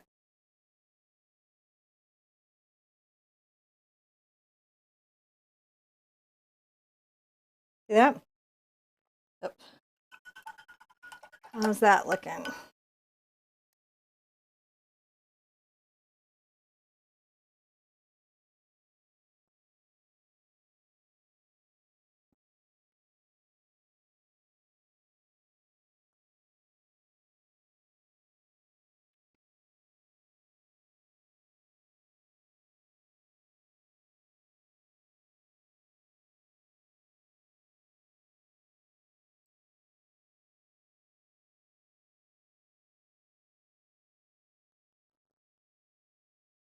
Right here. Are we asking a lot of questions? Whenever you're furiously typing, I was just in there just asking a lot of questions. Actually, that was a studio gnome furiously typing. Oh, was that? Yeah, I was spaced out drinking coffee, watching the Sherpa paint. I was like, you know what? This is pretty, chill. Just kind of watching you paint, sipping my little sippy out of my self-warming mug. See how we're getting that waterfall to come in? Isn't that fun? Waterfalls are fun. Say it with me. Waterfalls are fun. I'm not afraid of waterfalls. I ain't afraid of no waterfall. None. I'm amazing.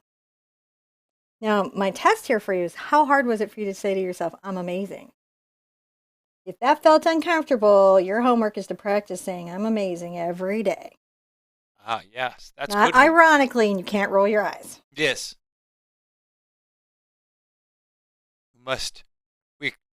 Would you come back believing it?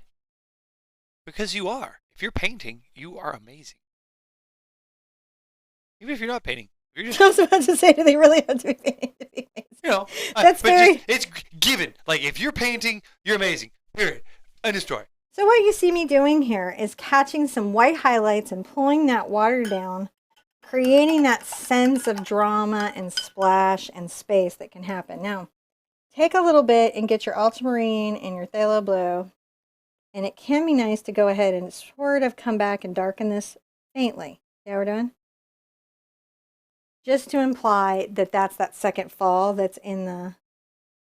And a lot of people don't know that you can come back with a darker color and fix your fall. This is true. You can. My fall didn't actually need fixing, but if it did, that's how I would have done it. Now, just, so you know I'm not throwing shade at non-painters. I'm not paint. He's like, wait, don't write hate mail. It's cool. All right, I'm a button pusher, clearly. A little bit of the quinacridone, maybe a smidge of the purple, and I'll get some of the white, and let's get the top of this hill sort of like fixed out. Because that's when you can put it back, right? Because once you have this, you're good. I'm not going to correct up any more of this, just this line right here, because I've got a lot more going on. But I wanted you to see how that when you tighten up that space, and you go to put this weird little bit of ground back, look at how sharp that looks now. Yeah. And it does look like the water is falling behind it. And it does look like the way you were imagining you wanted your painting to look, but weren't sure you could make happen. And that's a real thing that happens to all of us. I'm going to take a little bit of my phthalo green. And again, I like to mix it with that black here. I'm going to get into black. And let's start getting our front of our rock. Okay. So this is quite light up here. Freaking me out. You're like, way up there. Yeah, I'm going to be up here for a minute. Whoa, you are way up there. Yeah. Let's get another layer of white. Let's go really quite bright.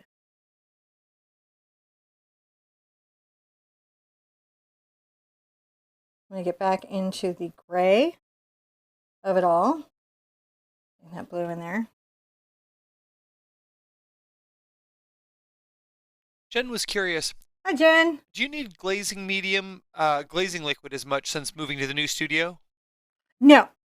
I'm actually noticing that I'm having to use it a lot less. I always have it because this is Houston and you know how it is here. But it is requiring much less of the use of that. So I'm using it when I want blending. I'm adding a dark shadow right here. So good. We'll see how it goes. We still haven't done a summer here yet, so we'll find out. Yeah, that'll be the big test of the tests. When the air conditioning's going full blast. I'm going to take a little green and black and I'm going to come right here.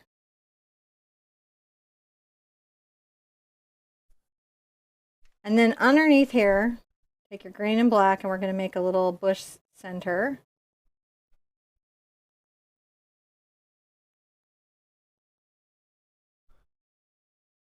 come like that.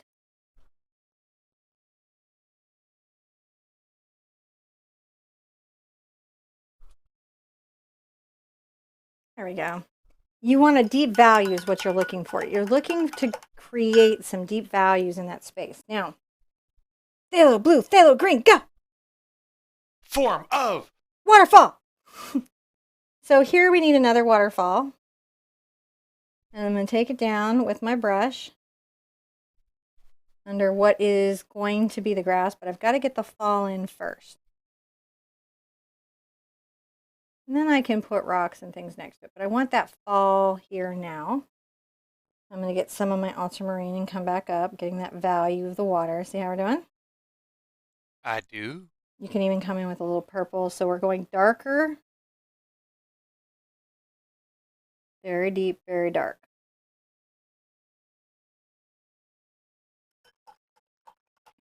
Before everything gets dry, rinse out your brush, get it with some white paint, and let's come here to the outer edge.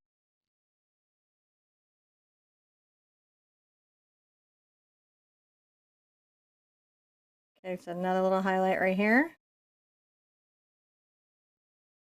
So notice that I'm just pulling this down.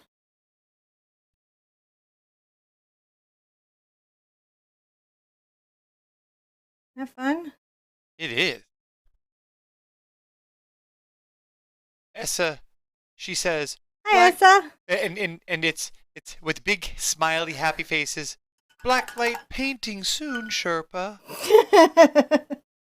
Dude, I don't even know where the bulbs are. I do. I now control the lights in there, so I can do things like turn all the lights on. That's not cute, and off. sweetie. So. Put my lights back on. I can't see. Painting is hard without light. We'll have to. Well, we can control all of that from now. So like do a bird box painting. Let's you do that some more. We'll get some. I'll get the black lights cranked up. I'm just pulling down those highlights from that fall, helping that drop down. So see, it's going down. Yep. Now this is a good time to get out your fluid paint. Shake it up. If you don't have like Golden or Holbein's fluid paint, you can just use a craft paint. The kind that come in the bottles, that's perfectly fine. I prefer for splatter the golden fluid. I'm going to take my splatter brush. I have a video all about splattering, all the different ways you can splatter. There's lots of ways to do it. I'm going to come in and I'm going to get it just on the tip of my brush this time. And I'm going to go ahead and hit that splatter right now. Yeah. That's an exciting time to hit it. The next one I'm going to do, I'm going to come in and get another one. I'm going to get my phthalo blue, phthalo green together. And right here, we've got a fall coming off. And you can see why I didn't take everything back so far.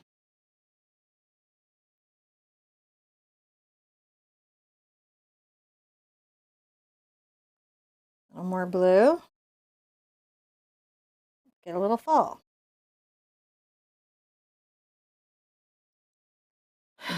Now this fall's a little more complicated because it's going to have a little split here. Let's get your black and go ahead and give it a little split. And we are going to have a little bush that's going to come out and stick out from the split. So I've got my brush dry. I've got my white loaded.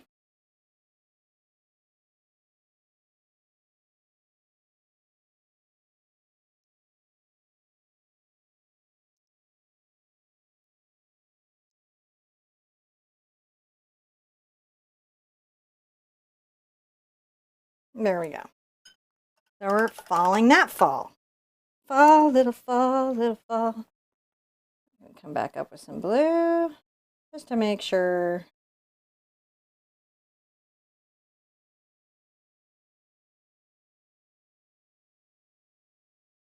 Back into the white. So you see I can come in and be very particular, can I? Yeah. I have a lot of control.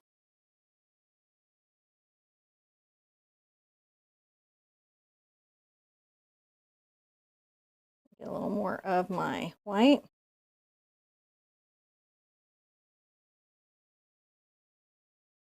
A little bit on the tip there. And we're going to do that thing where we sort of tap down some little highlight reflections. You see those? I do.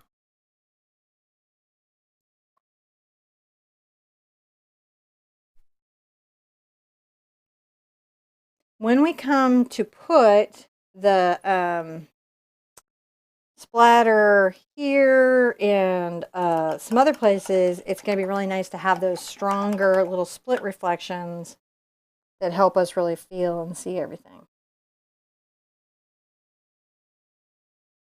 I'm going to just make sure that this kind of comes out a little bit, though. I want it to spray out a little bit more.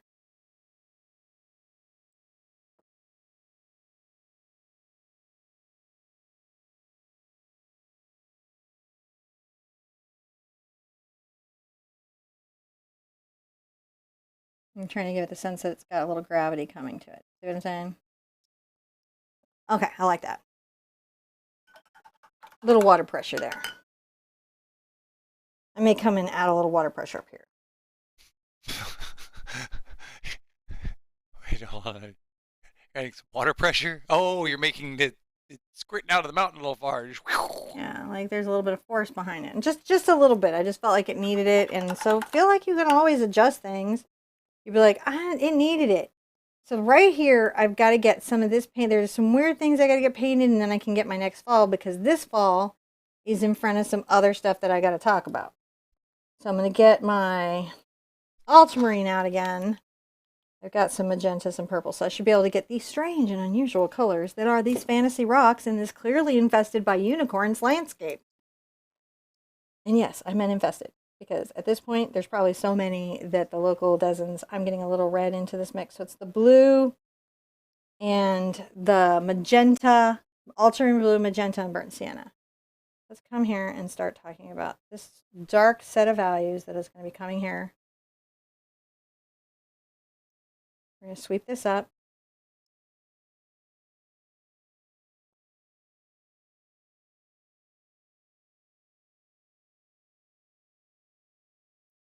Get a little blue under your brush and some white. Just give yourself a few. That's too much white. That was a smudge. The smudge. But you're turning that smudge into a puff. Feature. My smudge is a feature. You're a game developer, clearly. Not a feature. Not a false feature. Sorry, just marriage. Marriage. Marriage is what brings us together. Just segue into random different thoughts and conversations, and you guys are just along for the journey because, well, we've been married far too long. Is it? I don't know. Is that a conversation we need to be having? Definitely live. Yeah, for sure. With 600 of our friends watching. Totally. Thank you. Seems like good planning. That was good. Yeah. Okay, we're fine. Don't write it. It's okay. For those who are like, oh no. Yeah, it's really. Yeah. All right. See, I've just given myself some. This is some little texture, right? It's some little rock space. And you're just starting to talk about it because you don't want to sit there and layer stuff and not have what you need there. Now I'm going to take my green, a little of my ultramarine blue, and a smidge of my brown. I'm going to come right here, and I'm going to just capture the dark value of the plants. I'm making it very uneven. You can bring some plants forward. See how you can create shapes that imply that things are considered and thought out. Now, if I take my phthalo green and get a little phthalo blue into it, and then grab a lot, and I mean a lot of yellow, you can come to the forefront and start to grab a little bit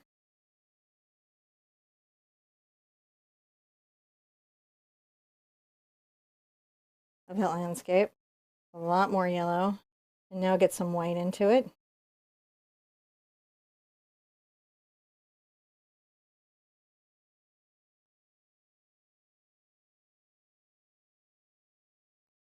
And we're just making these little random, yeah, these are little randomized little shapes. And it is okay that it's wet into wet because what's underneath is blending in. So this is giving us a lot of dimensionality with a little bit of effort. Catching the outside edge, working the tip of my brush.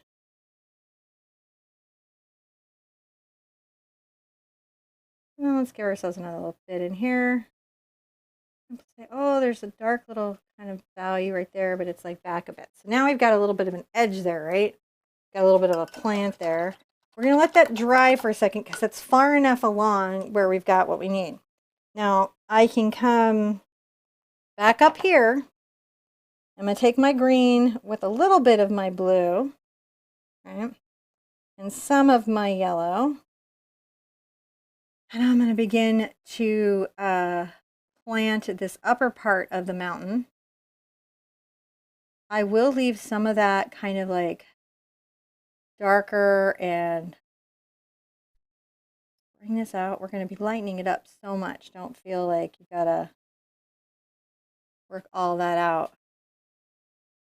Maybe some of this is coming down. Right? A lot more yellow and some white.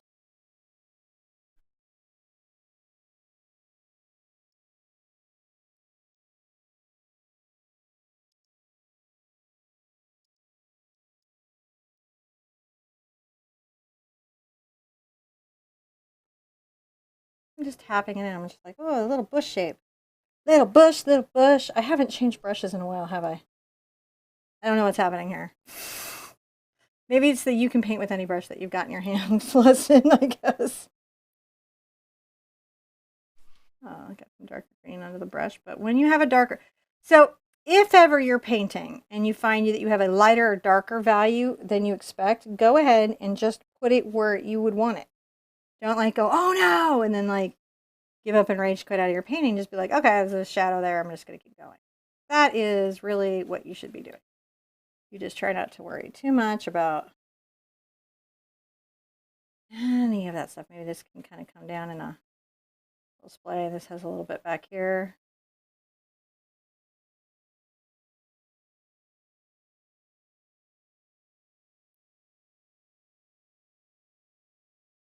And I'm going to just sort of drag that down a little bit.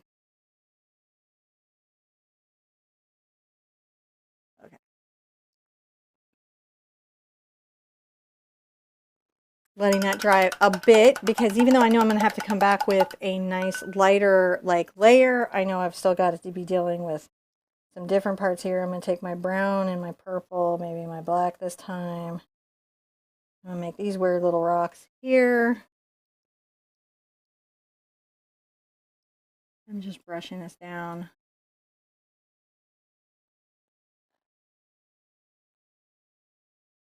Get back here with this darker color. Sometimes I like to go back with like blue because even though it just cools it and it pushes it back into the canvas, which I really enjoy. And you can see what I'm doing is I'm making sure that the edges are kind of rough, like what we see in the picture, that you've got the value changes that you're looking for in the picture. I'm going to get that and then a little bit of white. There we go. And maybe like Yasmina I'm going would to like green to. up some of these rocks. Can you see how we're doing? Yasmina would like to know. Amina! Would it be okay if she mixed it up and used some palette knife work in these rocks here? Of course it would be okay. She was thinking that could be fun. Yeah, I think it would be a great way to do it. Please, please, please know this. Post up your picture. I want to see it. Yes. I want to see your palette knife. I'm going to share with you lots of different ways to get like a painting done, right? And I am. I'm going to share with you lots of different... See, I'm doing this like wonderful little delicate wiggle and I'm bringing it down and I'm wiggling it. And I'm catching just the surfaces of those out of focus rocks.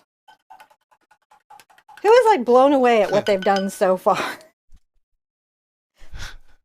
Before my splatter gets completely worn out, I need to do something though. I'm going to come back with my kind of ultramarine and green sort of phthalo turquoise at the bottom here. that I was kind of like making sure that we had some like little mist. Where are Make you sure at? that this is misted. Oh man, you just. I told you I was going down to the bottom. I had to do it real quick. It's a good time to paint this splatter and let it dry. Because I do want a lot of splatter down there. And I do want it dry by the time I get down to work my mountain. Now I'm going to get everything on the brush. And I'm going to work it through. Oops, it went everywhere. You can see. And I'm going to make sure that this area down here will really be heavy in this corner. There we are.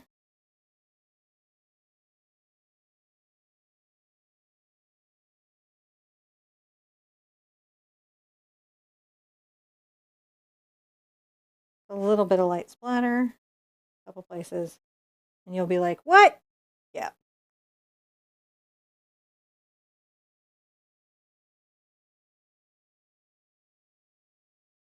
I like a little bit of light splatter, a couple places.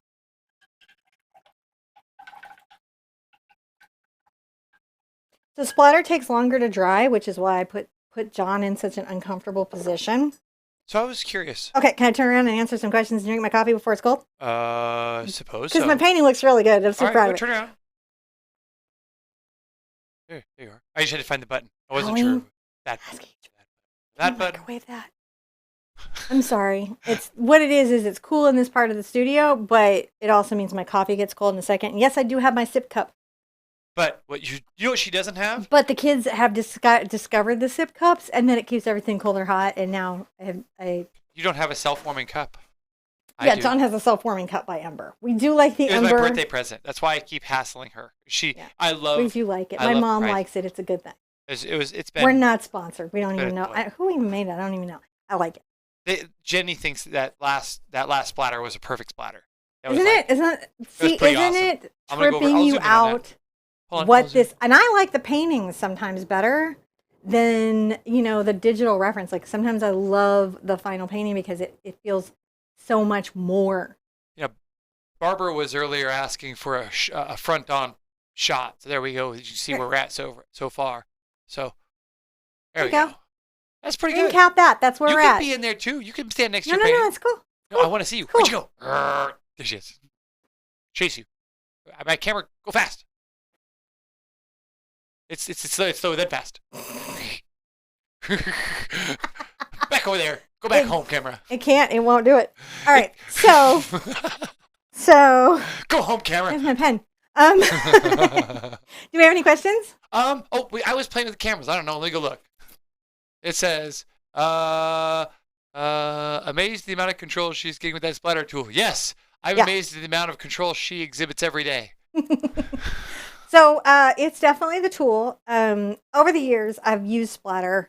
In my experience as an artist, what would happen is I'd run into some tool that did it really well, like a brush that did a really good wax splatter, or something that I could use to pull back. I've used shoe brushes.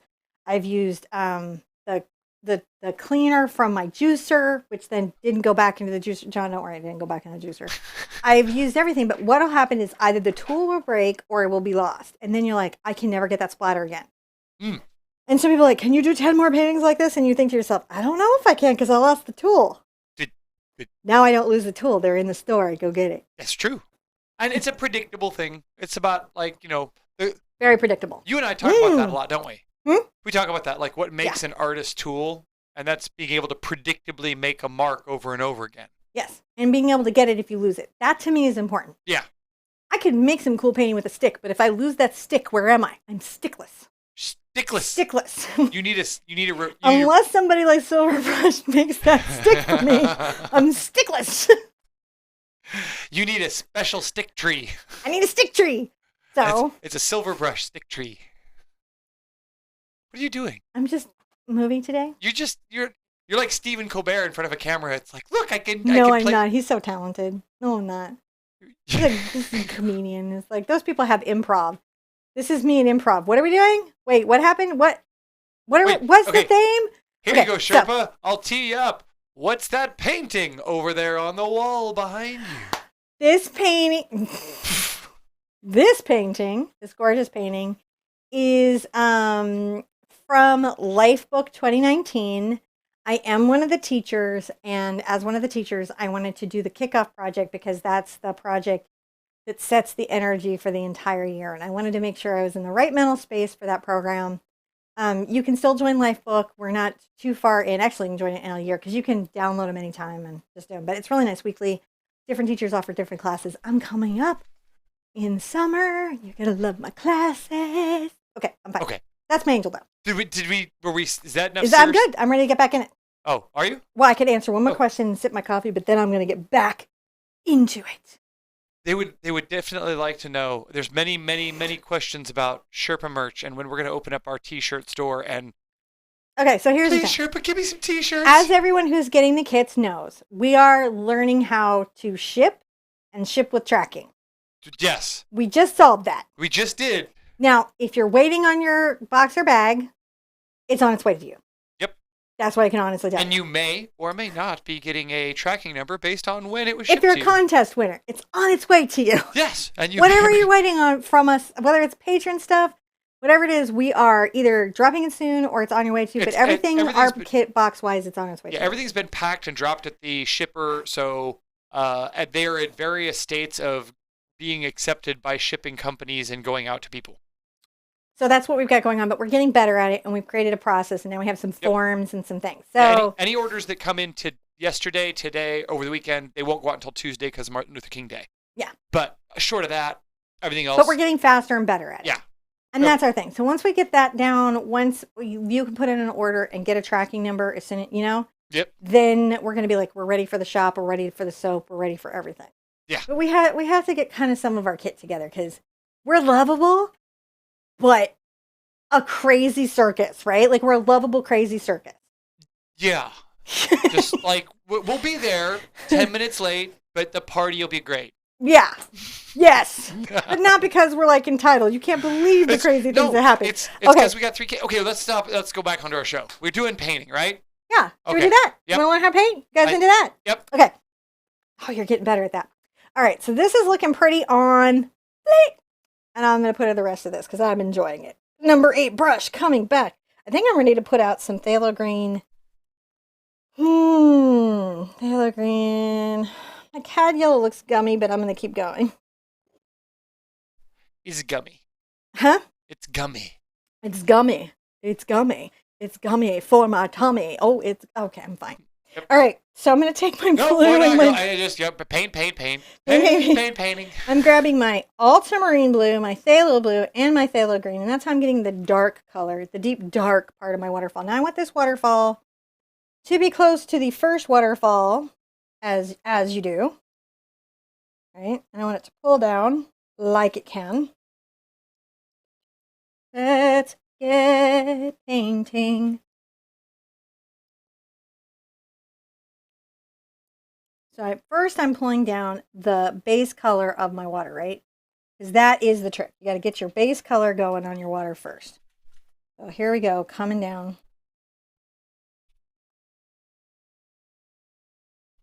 Base colors. I see your two colors shining through. Okay, so you know what's sad? I was saying to John, like, you know how you can't sing? Because Content ID never dings you, even when you sing something you know is licensed. When the Autobot's like, yeah, you haven't heard a record company at all. You've not infringed on sales. So if anything, you're going to make them run out and work with an actual singer. Fair use is pretty, and I should say, a copyright infringement is requires that there must be potential damage to the copyright, like they couldn't and you have not caused any damage or lack for them the ability to collect on that at all. It's so super frustrating, right? Let's get first layer of fall in. I try not to take it personally when the system is insulting me. So I'm not going to take this all the way down, just about this far. Maybe another little one here. And I'll come over and catch a bit here. Go a little bit further down. And then here we go. You can see it's just like, all right, that's that basis. That's pretty good. little basic waterfall. How to basic waterfall. I'm going to go a little bit heavier with my water here.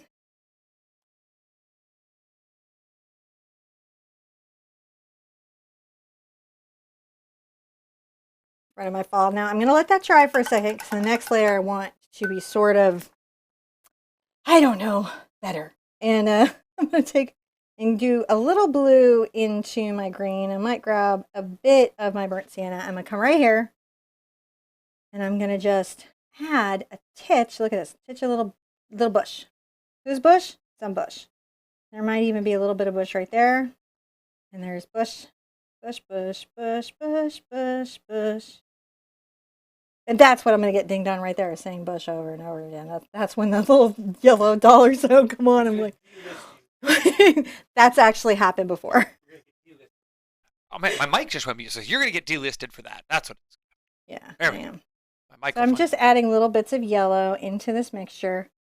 And I'm going to lighten it up for a second with just the yellow. And I'm creating these little value sets of this little bush. I'm tapping up and down, kind of like what I had going on for these waterfalls, right? Because I'm trying to talk loosely about these little sweet little leaves. Sweet little leaves. I'll get a little bit of white into that. Look at that. We're just trying to say push, push, push. Tip of the brush. Not top of the mountain, tip of the brush.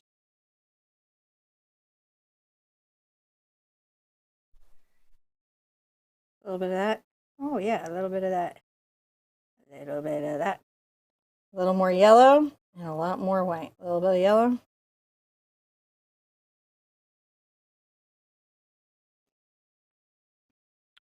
Ooh, I need to do some research.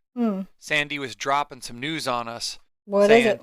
That some of the new duty-free thresholds mean Canadian consumers have that lower threshold to pay taxes on. So it may be for goods up to $150. They don't have to pay taxes on that. So oh, that would be really cool. We need to definitely check that out and make sure that that's that would be really cool.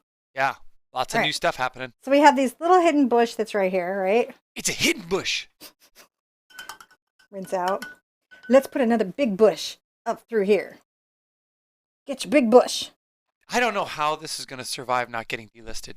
It's got to get delisted. Demonetized, I should say. Demonetized is what it is. They take our AdSense away if we say the word bush too much. Kind of tough on landscape day. We're just making it even worse. Little AI things going, no, stop saying it. Shirley, this is a bad actor. That's what YouTube, that's what they call everybody. Like for a while, when I would hear the terms bad actors, I thought that the world was just being insulting of people who weren't that skilled at their acting craft. I was like, YouTube is demonetizing people just because they're bad at acting? It's not just... That seems so unfair. We're not just taking a shot at Brendan Fraser. Hey, you need to sleep. Don't you come for my Brandon. He made good movies. Good movies. That's cool. All the DC crew. I'm not even acknowledging your ugliness about DC anymore. We have a belief in and it's yet to proven wrong for me. But you can tell a DC TV series from Marvel TV series by whether or not it has bad actors. All right, I'm going to take my ultramarine and my black over here. I'm going to get a smidge of my white. And we're going to make maybe a little coming down and a little rock. That's right here. So I'm pulling the brush straight down. The highlights there. Everything you learned in the mountains suddenly is like, dude, this applies to everything. Yes, it does. Get a little bit of your white on there.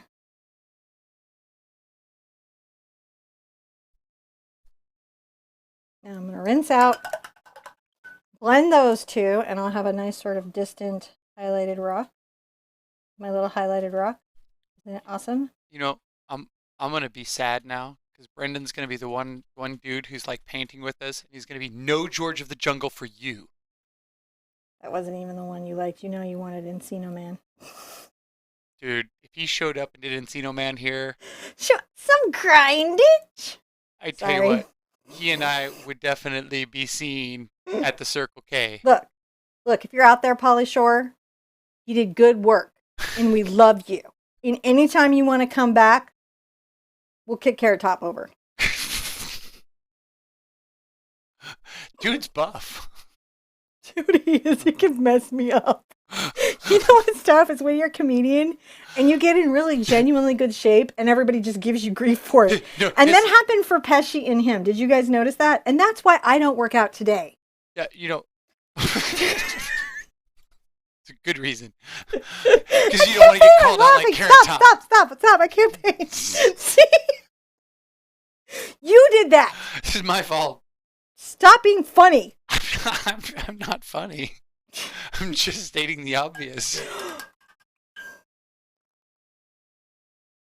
You're lucky I can fix things. It's acrylic. It's all about the layers. It's all about the layers. I want to be able to do that spoof, but now that I've pointed out that I'm just not loved by the content ID.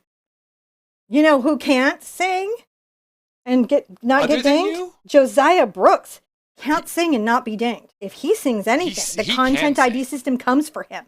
He sings. Yeah, It knows. It's like, that little Australian, he thinks he's an artist, but actually he's a singer. He actually is an artist too. Pretty darn good. Sweet kid. I have to wonder if he's related to Thor. Dude, straight up. Can you see that? Straight up. They come Him from the and same. his wife, I disbelieved them when I first met them. When I first met Josiah, just draw with Josiah, and his wife, and his incredibly gorgeous baby, I was like, how did the people from the frame get out? Yeah, he's really awesome. He's cool. He is a super cool human being, but he did not skip the workout, and his wife didn't skip out the workout, and I don't think the baby skipped the workout. You know that song, Do You Come From a Land Down Under? Yeah, That's baby about squats. them. He's up there doing Men at Work was just singing about the Brooks family. That's what was going on. deadlifting 200 pounds. All right. Josiah Brooks fandom aside, which is going to creep him out later, I'm sure. But don't worry, he doesn't watch the show. He's busy working. What are we doing? I'm adding plants. Oh, okay. Let's get some green and some brown. Do you know, this is when we get a lot of comments like, I would like to paint with you, and your designs are very good, but if you could just shut up. No offense. That's my very favorite. They say something truly terrible to you. People do this all the time. They'll say something really often. They go, but I don't mean any offense. Or I wasn't being rude. I just telling you. just telling you my truth. My truth. I'm like, well, maybe your truth could have been filtered a little bit before you released it into the world. Your truth needs a filter. Your truth needs a filter. That's a good song. That should be a song. Your truth needs Or a a filter. t-shirt. Or t-shirt. Or a sticker you can just slap on people's foreheads. So I'm taking green. Notice that I'm grabbing green. And I'm coming right here, coming over, and I'm making this little bush. Do you guys have a little bush? I mean, we've already been digged, so we might as well say bush, bush, bush, bush, bush, bush, bush. You're just deep in it now. I'm fine today. Don't write a concerned letter. So I'm going to add some more of this deep dark green that you can't barely see. You almost have to take that on faith when I first do these colors. Because it's like, I know she says there's green there, but I don't see it. Yes, it's very dark. So you can see why I said this is a fully 3-hoot painting, because it's not like any technique on it is so hard, but there's just so many of them. And there's lots of layers. There's so many layers. And there's just, I mean, we're still in bushes, right? And you're like, how much bush? A lot of bush. All right, so I'm going to come in here into my phthalo turquoise with my yellow. All right, like you do. Like you do, maybe. Like somebody does. I'm going to come up here and I'm going to be like, now it's interesting. They did some weird little, they were like, there's some other kinds of plants. I don't really think there are, but they were like trying to imply that there were.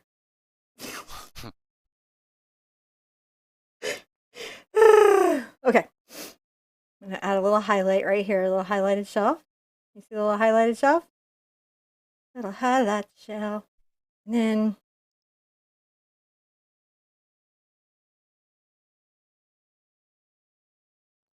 please believe in yourself when you're painting.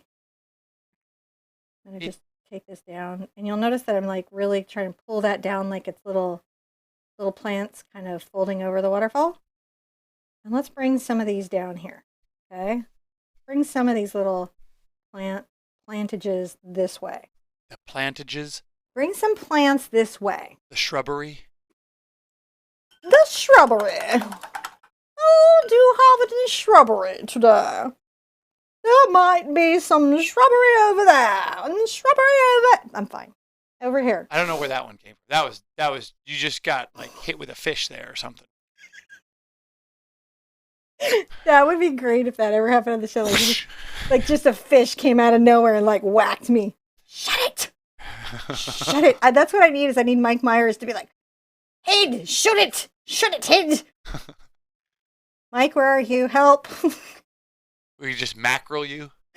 Oh. That's right. Just mackerel me. That's marriage right there. Just scream, holy mackerel. Whack. I can't feed him. That would be a really funny art challenge. I will watch the funniest comedy special ever and try to paint a painting.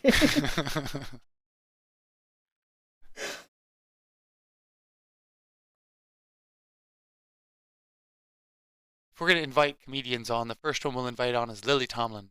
Oh my gosh. I would be so fangirling out, no painting would get done.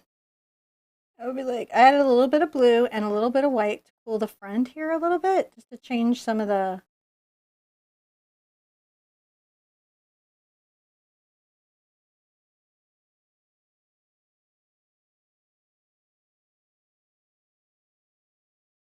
We're just pulling some little highlights down on these little plants. Aren't they nice?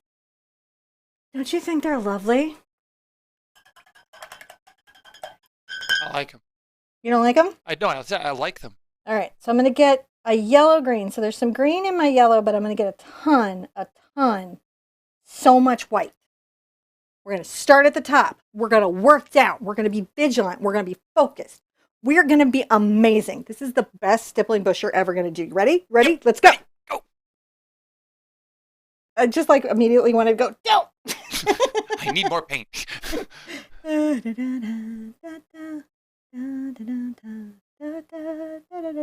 know who else would be fun to paint with? Who? Eddie Murphy. Oh my gosh, I would die. No, I got one. Okay, no shade to Eddie Murphy. If you're sitting here painting right now and you just perked up and I'm about to say this thing and it's about to make you go, I'm sorry. Will Smith. Oh yeah, Will Smith for sure. And Jada. Because I feel like watching Jada and Will paint together would be really entertaining. Okay, Will just cracked up and said, "You're right. I would want to see that." That's a really good idea. You guys should do the Bob Ross challenge. Or Sherpa challenge. Paint with me. No, but actually, like whatever challenge you want to do, but you guys should paint together on camera. We got to do our Bob Ross thing here soon. I know. We've got they've been nice enough to reach out and tell us who they've got some local folks that we could. I've got pulled up here so that after the show I'm going to reach back up. Are you? Yeah, I actually got it all pulled up before the show, but it's we're juggling, we're growing. We juggle. Can you see this light color that I'm doing? I'm gonna get even more white into it. Yeah. Sounds like Twix wants to go outside. It does sound like she wants to go outside. It's good to want things, but she doesn't get to go. She's trained her humans well. Oh my gosh, she's so. My favorite thing is when Twix goes to the door and we don't get up quickly enough, and she makes that disappointed little dog noise. Oh, she does. She goes. Mom. So like if we put on something she knows we're going to be like super distracted by, like she recognizes DeFranco's voice. It makes the sad dog noise. Well, they're not going anywhere until he's done talking.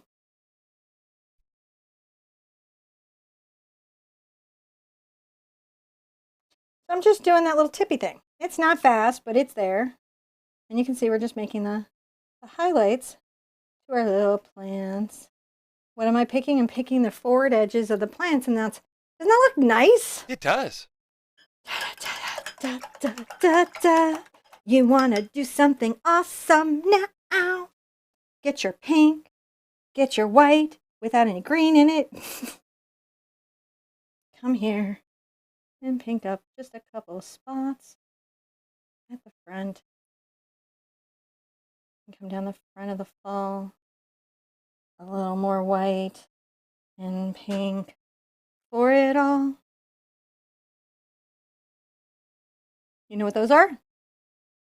What? Flowers! I have no idea. I was spaced out looking at the flowers. You were like, do you know what those are? And I was like the kid who like the teacher called on you in class and was like, I was dead at the time. What?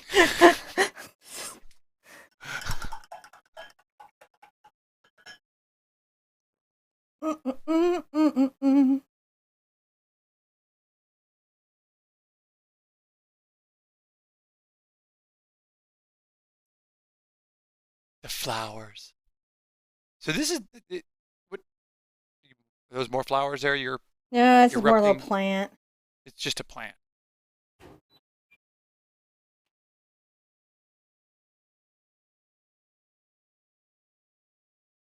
I'm just always trying to like make my brush be as uneven as I can, you know?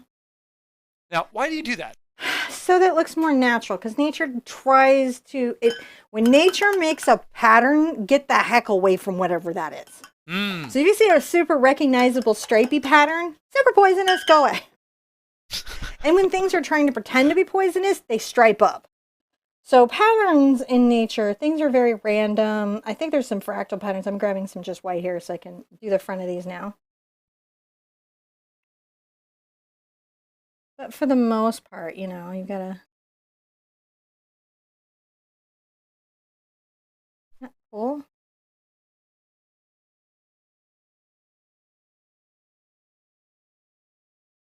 There we go. That's pretty cool. It is pretty cool. I'm impressed. All right, let's get this light color here. Splashy, splashy. Splashy, splashy, splashy. Splashy. Little foggy, foggy. Foggy, foggy, foggy. I bet some of you wonder, like, does she do that, like, when she's painting on purpose? Yeah. Like, when you guys aren't here, that still happens. Even when you're not here, I'm still just as weird. You know, one of my All favorite right. facts that I heard, What? one of my favorite facts is you are 31% more effective when you're in a positive mood. 31%. That your brain is 31% smarter, you're 31% more effective at solving problems. I'm so confused about how it's 31. Why isn't 25? What isn't 29? Why isn't 32? Why is it specifically 31%? Because I disbelieve that number. That just doesn't feel like it's super real to me. So what they did is they took 100 people and they tested them in 31 good of them and bad moods, and the average improvement that they had over those 100 people was 31%. I just put out some white paint, and I'm about to be 31% happier because I'm about to splatter. I don't know. Maybe it was just 2 people or 3, and they just decided to add a 1%. You know, they can do that. It could. It could be arbitrary, but I believe it. I like that. That's the amount of water I want on my fall. That's what I want now. You got that? What I want to do, too hard to handle. I don't know. What are you doing, man? I think I'm done. I'll see you guys tomorrow. Just ship it out. It's so great. Just flip a brush over. Shook out. Bye. It's like we're like almost done. It's just... Which actually the Selkie people don't think is funny because that actually happened to them.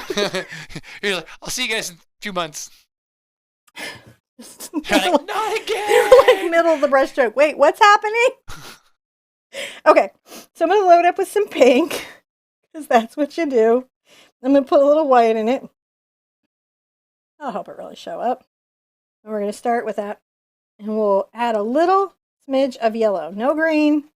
Don't get any green into it because we want this to pop. Now, tree. I'm going to just freehand this because that's what I do. Making freehand trees. Making freehand trees. When you're making trees, I've heard you say the secret is to not clone them. Don't make the same shape over and over again. Because that replication. That's a hedge. That's right. Then do. if you'd like a hedge, please repeat shapes and create geometric structures. Even in bonsai trees, which are a sculpted tree, they try to avoid patterns that replicate. They try to make them so that there's a flow to the cut, but not a replicated pattern. It's true. That's what they try. Or I mean, like, I'm not saying I'm a deep bonsai You know what? I'm giving up on this. What do you do? What's wrong? My paint palette's too muddy and messy. I gotta put out some new yellow. So what's happening is I gotta work these pinks and these yellows. And to do that, I need some fairly clean paint. So I'm gonna put out my yellow. I'm gonna put out my Quinn. I'm gonna put out a little white, and I will stop struggling. I mean, maybe in life I won't stop struggling, but I will stop struggling with this color mess. That makes sense. In life, it's still, who knows? We're still taking it one day at a time. I always love how you get some paint and wash it off. Well, because I'll go to get my white and I'll be like, I see. You see a little bit of paint on there or something? I see, a little bit of color that I'm like, I don't like that. I always wondered why you did that. Yeah, I'm just trying to. I thought you were just like, nope, I want to reload it. No. I mean, sure, but. I'm just being like all chilly with my brush. Chill, chill, chill. You splattered chill. your. Chill, chill. So I'm coming to the outer edges. So what I have here is a mix of quinacridone, cad yellow, and white. I'm making a very bright, warm pink to come to the outer edges of my tree. And the reason that I'm doing that is I'm trying to talk about these little leaves being kind of caught in sunlight. And then I'll be coming in deeper and cooler colors as I go. So I'm taking what we have here in the picture and I'm just getting a little more like jiggy with it. I said that because just in case Will and Jada are watching. Just in case. Oh, I'm so. We're totally cool enough for you to like hang out with and paint with. Don't. You're okay. we're definitely probably not, but really, seriously, we're not. We'd still like you. That's when you evaluate yourself and you're like, yeah, I'm really not. All right, I'm going to come back with some pink and see I'm just adding leaving that little halo there. Won't stop me. I still do it. Don't stop me now, I'm having a good time. Having a good time.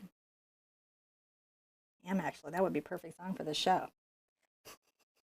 And while Macklemore may be able to beat me in a dance-off, I probably might be able to take him in a paint-off. We would see. I wouldn't bet on that. I would do some research before you say that like out loud and stuff. I'll throw down. I would research a little bit, yo. No, I'm going to talk smack. Come prove it in the studio. Take it mano a mano. Brush on brush. He ain't coming. I know.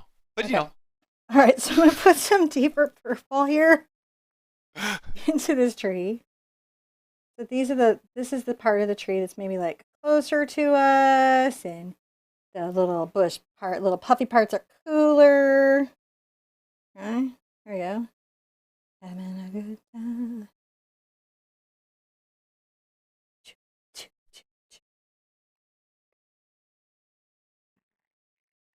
And I'm going to get a lot more cad, but it's still got the purple on the brush.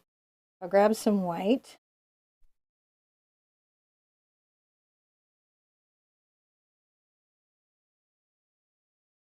There. So this is cooler, right? Because I've added the purple. So these little puffs get cooler. And I'm going to make a little puff highlight right here. What I'm trying to do is preserve the depth of certain things in the tree. Yeah. But also show some form and shape because it's fluffy. My tree is fluffy. My tree is fluffy. How fluffy is your tree? My tree is fluffy. I love how you roll from very serious artistic terms. We're providing depth and tone to this tree through foreshortened perspective and atmospheric words that I don't know, and then you go to fluffy. They both work. I So I'm taking my mix of the ultramarine and the diox and just trying to cool some of this. Cool it down, man. Cool out. Create some little bits of shadow, right? Yeah.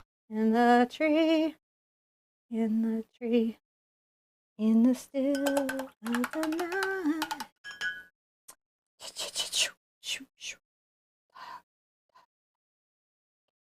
It's like our deep value.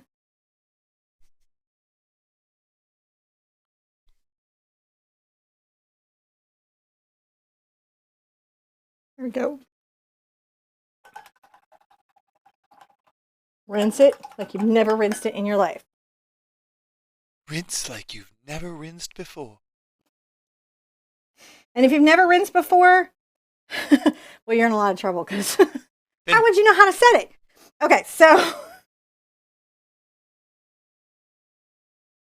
I'm going to add the little tree highlight. These are the little leaf highlights on the outer edges here that have happened because the tree's picking up some sunlight. See them? I see them.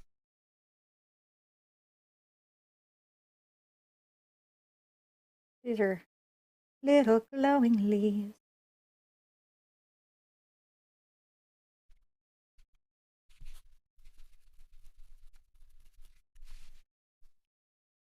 All right, I love this. Isn't that fun? It is. We're like pretty much coming to their end soon. We got to put some sparkly bushes on the edge. Yeah. So we've got to finish the top of this, put some bushes, and then sparkle it up, and then we've done it. But we're not going to back off until we've done it because many of you were super excited about this. And I know you were excited because you wanted to do it. So we're going to make sure that you get to. I'm going to add some little lights in here, like little bits of leaves might have caught some light. Emily loves watching this. She was like, it's big hot mess. All of a sudden, bang, it's a wickedly cool painting. Yeah. When you go to trade shows, you learn not to bring a raw painting because it's going to take you so long to get it interesting. And you'll spend most of the day with people going by wouldn't it be nice if you could paint? Because all they've seen is the underpainting phase where it's all blocked in. And, you stop and chat with people. So most of the day, what you have is a blocked in underpainting and people are coming by wow. And they brought you to the show. Really how you feel, too. So you need to bring a painting that's about an hour from finishing. That way, because you're only going to get about an hour of work on there anyway. Pretty much.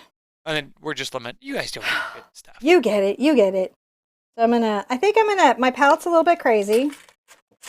So while you're asking, I need some fresh water if I can do it. And time to change my palette.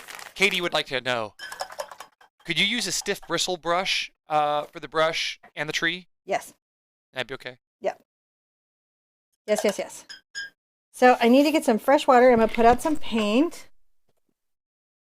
I'm going to put out my burnt sienna. The reason I'm putting it out, you wouldn't necessarily need to as a student, but as a teacher, sometimes I will refresh my palette because it's become visually confusing. And we're coming to an important part of the painting, and I want you to really be able to understand what's happening. So I'm going to put that out, right? It's my job, and so if I take a little paint loss, that's okay. I'm going to go ahead and put out some of this blue. And then I'm going to put out magenta, because these two are definitely happening together. And then I'm going to put out some dioxazine purple and phthalo green right here for the French grass. Little yellow. For both this, I'll put some over here. We'll put some over here. Let's give ourselves some carbon black. But it doesn't have a carbon footprint. But of course it does. Of course it has a carbon footprint. I'm just being funny. I'm going to try to use as little of that as possible, but there's a couple places I'll be using it. So, you know, that's happening. The little thumbs up. And I'm going to mentally set myself as I get ready to go forward. Yeah. Okay, a couple questions and then we'll wrap this sucker up. Mentally set yourself. I'm going to flip it around. You ready? 1, 2, 3. Oh, wait, no, don't do that yet. Ah! Let's see how that's doing. Okay, hold on. Zoom in, let them see it.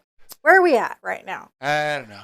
So what we have left here is the trunk of the tree, the top of the bluff. So we got to get the bluff in. We've got to get the little grasses in. And then we're going to have to get some little sparkles traveling away into the distance. Tilt it forward just a touch. It's because the angle on it's too... Oh, there we go. See, that's so much better. Someone was asking earlier, is acrylic paint glossy, matte, or semi-gloss? Usually it's a mix. All right, so here's the straight skinny on this.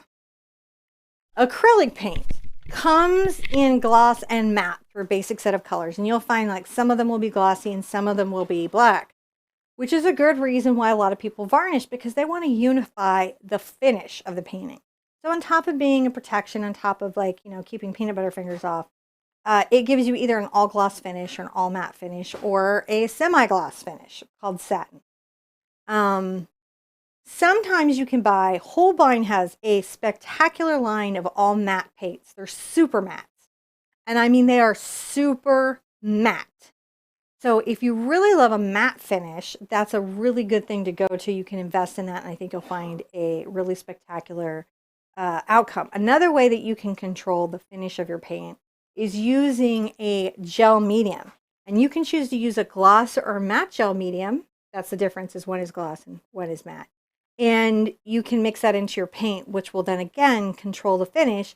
If you're an artist who doesn't like to varnish acrylic paintings, which many artists don't like to varnish acrylic paintings, period, because it makes them harder to restore. The varnish controversy continues. It's super controversial. Like, I like just going into an art store and just screaming things like varnish, or cadmium, or things I know are going to get fat over lean, and everybody loses their minds.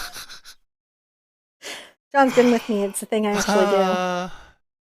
You know that scene in Mallrats? Yeah, that's cinnamon.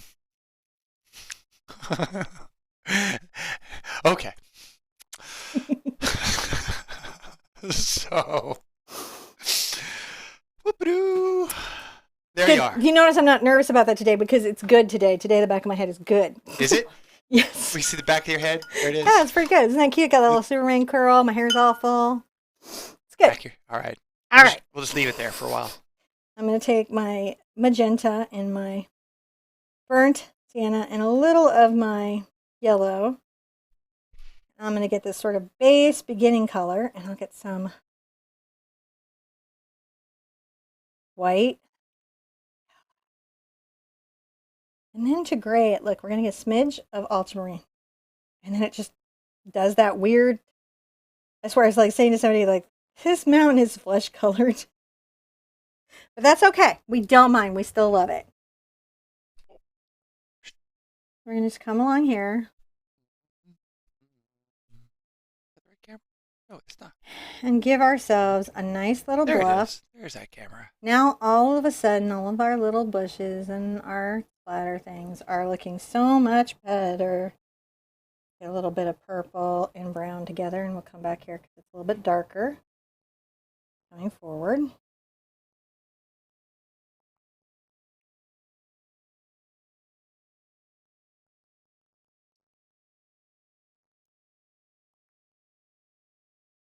There we go. Kind of take that back area and start to pull that back.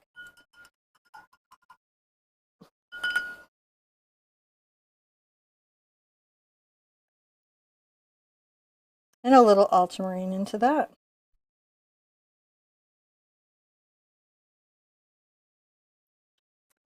So it can be real fun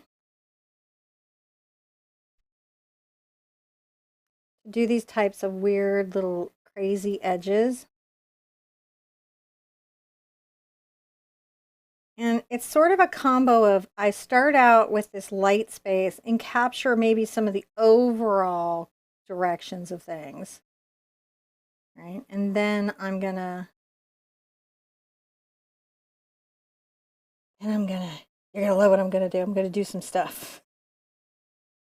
paint it in and just start building it up.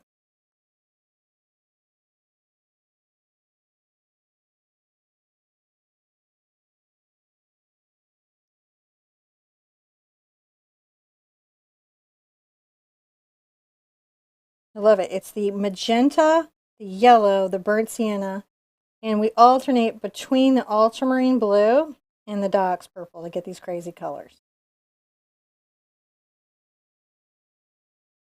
This is not a traditional palette I would necessarily use for Bluff, but because of the real intense fantasy nature of this piece, we are going to use that.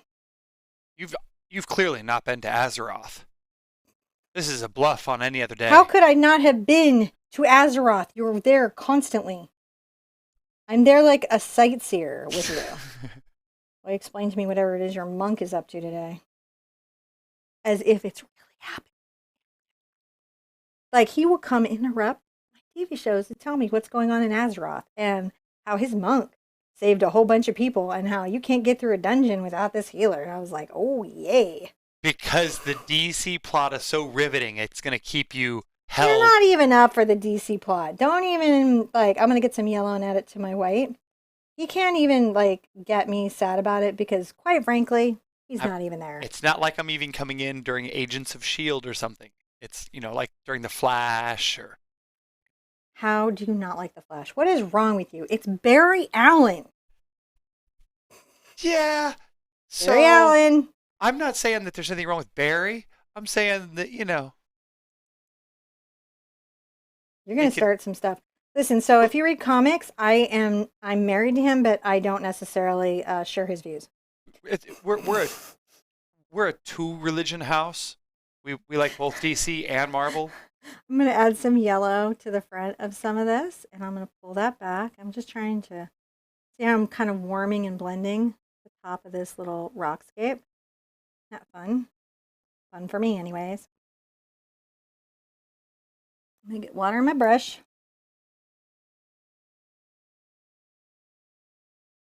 I should have made you convert to Marvel so we could have been married in the church. You're a weird dude. You really are. All right. So I've got a bit of a bluff now. I'm not bluffing, though. No. I'm going to make my base color again, which is my burnt sienna and my magenta. Some yellow with a smidge of ultramarine. I'm going to get a bunch of yellow and white on there, and I'm going to do this cool thing. I'm going to start my tree trunk. So where should my tree trunk be? Well, it's going to come up here. And let's bring it right here.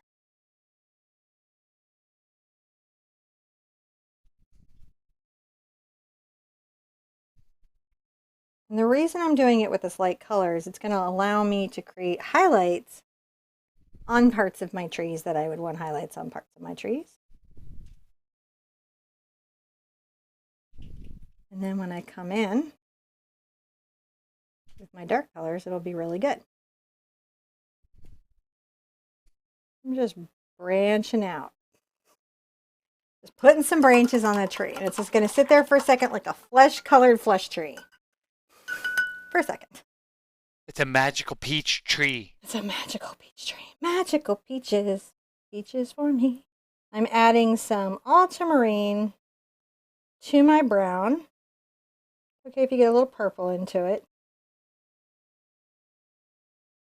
For the front part, we'll get some white. So here's how this is going to go. I'm going to add this dark value. And every once in a while, just go ahead and bring a little crack back.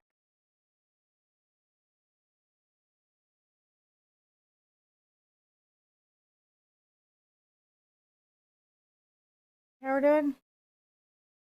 A little bit of a crack. I'm going to get a darker color as I'm going back. Can be more in the brown.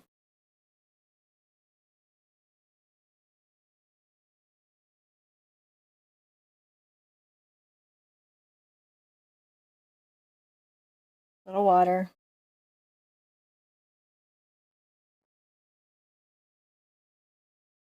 And I'm just going to make little veins where the earth is cracked, dry.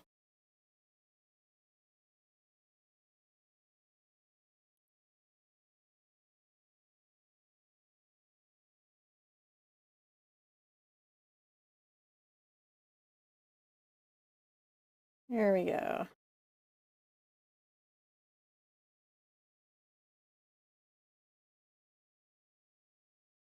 A little more water.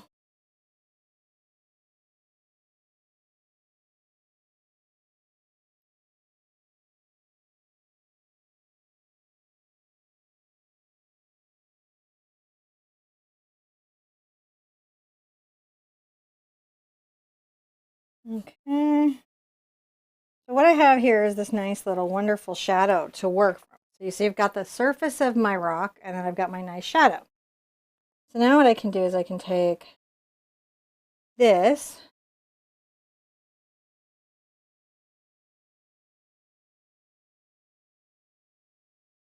get kind of a cooler version of the surface color and start bringing that forward. So like where I have this little crack here, I can be like,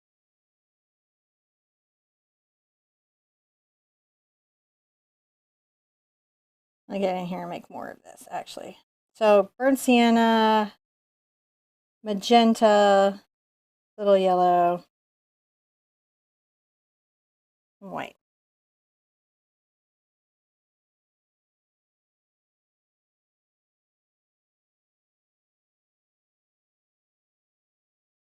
I'm gonna pull out a little shelf, and maybe there's a little shelf right here. Because you're just talking about the different little shadows that could be going on. Don't be afraid to take some back. So I'm gonna dip in water, and what I'm talking to you about is like maybe this one comes forward, but maybe some of these along this edge and go back. See how we're doing? So we come out with a little lip and then it goes back.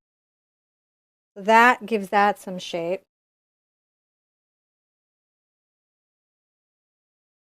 Down.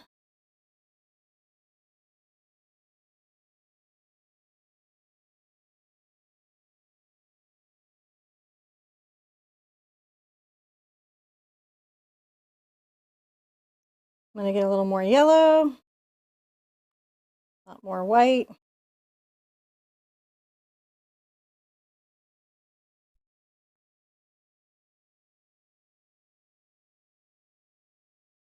And it's fun to just create these little shelf highlights right here.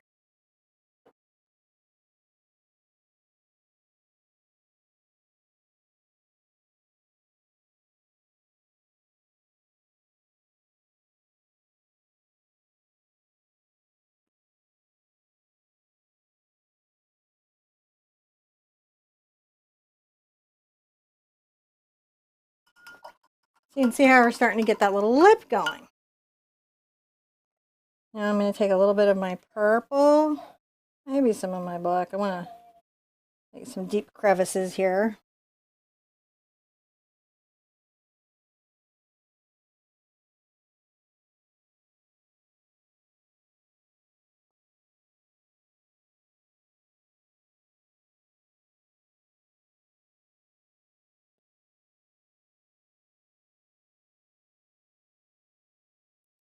A little bit more purple black. I'm going to bring some shadows up. And anywhere I'm just trying to create these little cracks.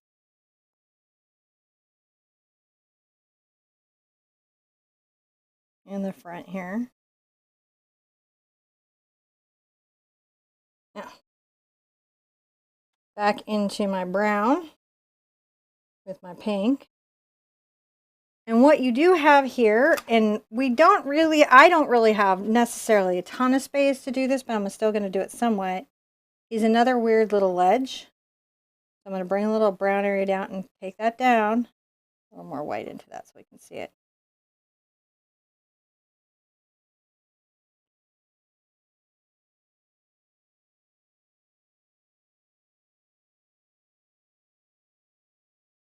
Bring that down here.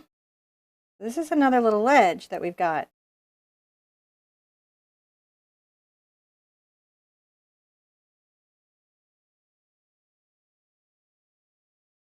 I'm bringing these highlights out. And then maybe this time I'll get some pink.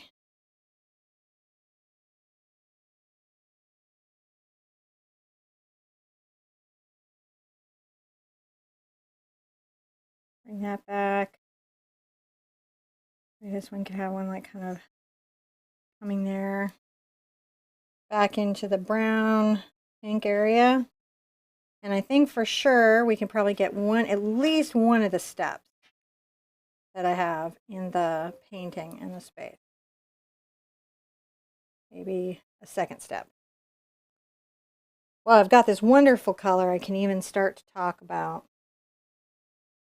A little more white on it. The front.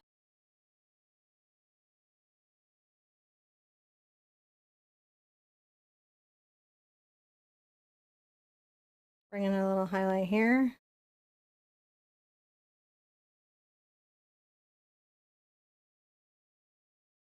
Here we go.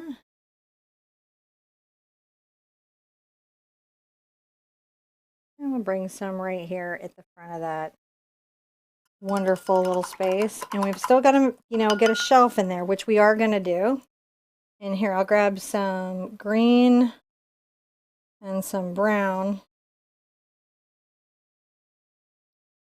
just to help show.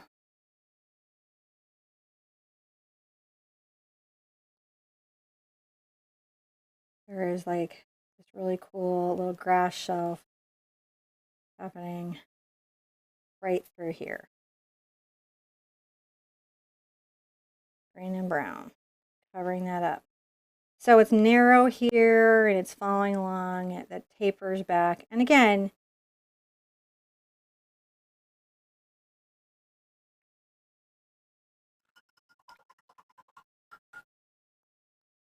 now a little bit of my purple and my blue, and I'm going to make a pretty dark color. My brown can be in it, but it's got to be up front here because I'm making a fairly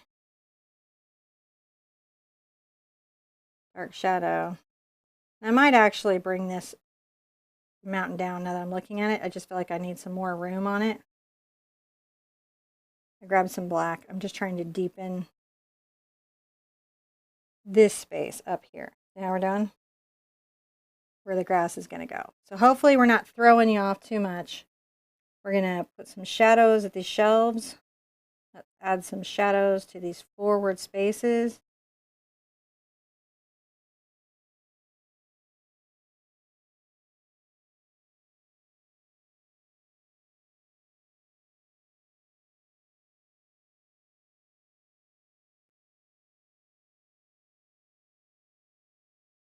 Maybe a little bit down the front. There we go. There, so we've got some little rocks. See how they're jutting out forward? Shadow, highlight, highlight, highlight around the front, but then we're showing like where we want to show that the rock is creviced in. You want to give it a shadow. Now, I'm going to take my brown, my quinacridone again, and my yellow. I'm going to get a little bit of my white into this.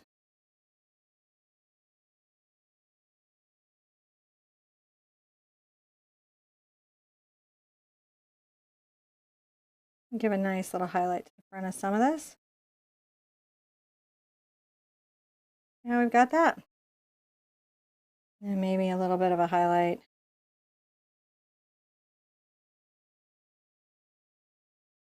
The front of that. A little more pink in this. And we can start to highlight the front of our rock right here. That's better.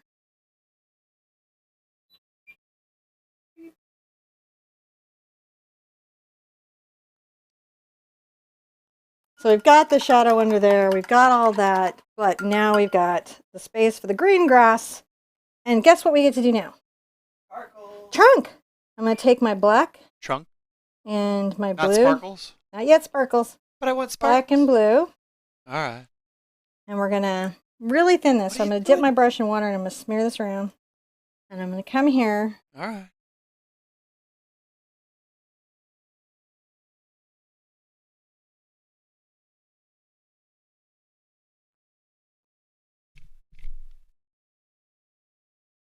I'm going to add little branches.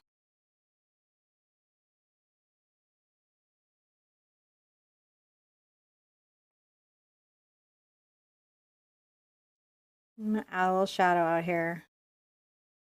Nice. Bring a little branch forward. You can switch brushes. I'm comfortable with this one, so I get nice lines out of it. If you're not getting nice lines out of your brush, switch brushes to something that gives you a good line.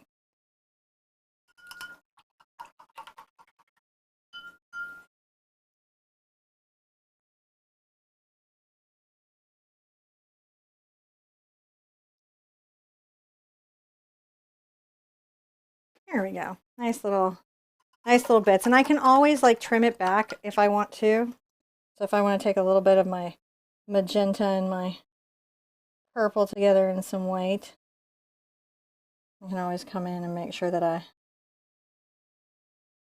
you can even like hide some of them behind some trees. See how I'm doing?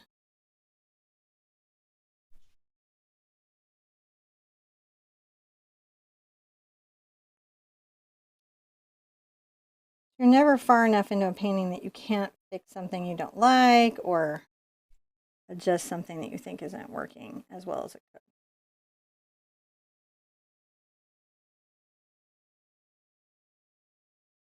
And in this shadow, I'm going to come down the tree with some blue. I'm going to add some of this blue to the shadow. See what I'm doing?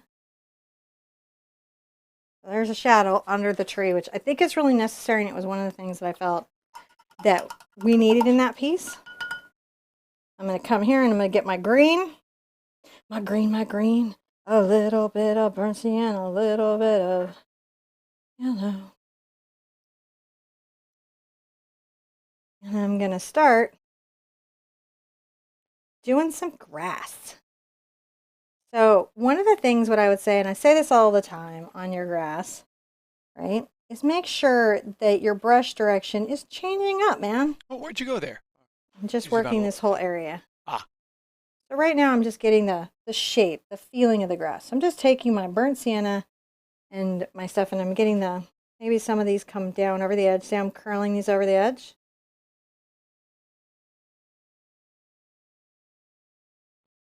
You want this to feel like a little patch of something has happened here.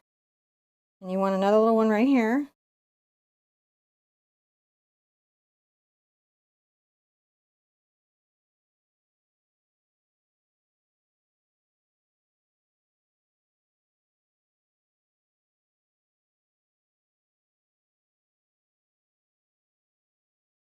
Brown, yellow.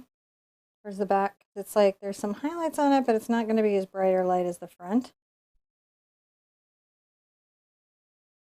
Some should come down. It should actually be all over the place. Now we're done? Yeah. All over the place. Yes, it does help to say. People that have been here for a while be like, oh yeah, no, it totally helps. Right now I'm just trying to get the body of the grass in, and what I have is a mid-tone and a fairly deep tone, and that gives me some dimensionality to work with before I pop the highlights, which is really going to finish it out, right? So now I want to get into the highlights. So what we're going to do is we need a lot of yellow onto here, like you do.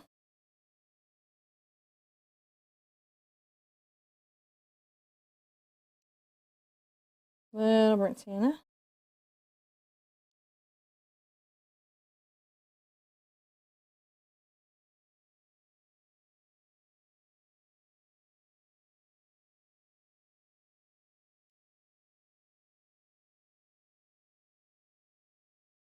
Now I'm going to find little bits that I'm going to add little highlight spaces to. I'm not going to get every little blade of grass here.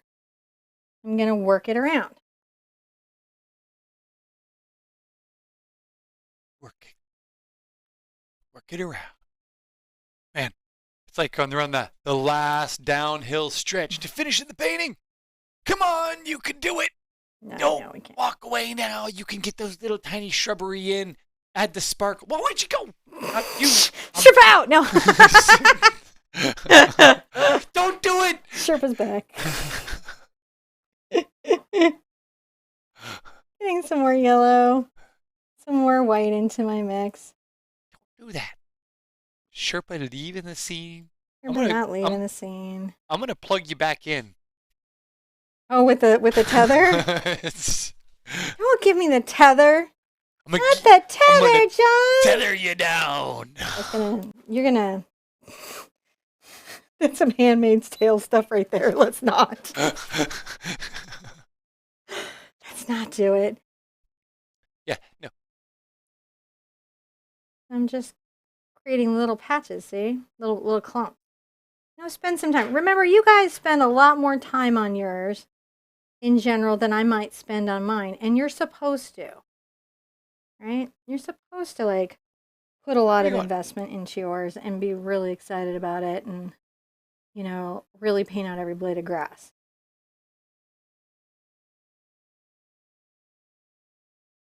Not like anyone's ever sorry that they painted out blades of grass.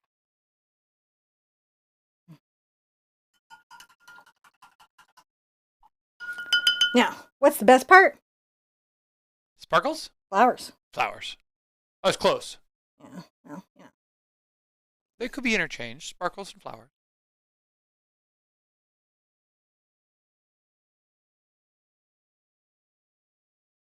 Jen thinks your painting is better than the one in the picture. Oh my gosh, thank you so much. I like you, Jen. Flattery will get you everywhere. Yeah, it really will. I really appreciate it.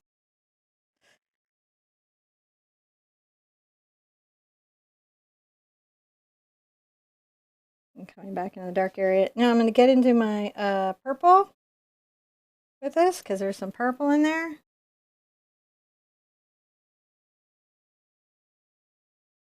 Look at that. So we got the little purple spaces. So these are little purple dots of flowers. You love them? Yeah.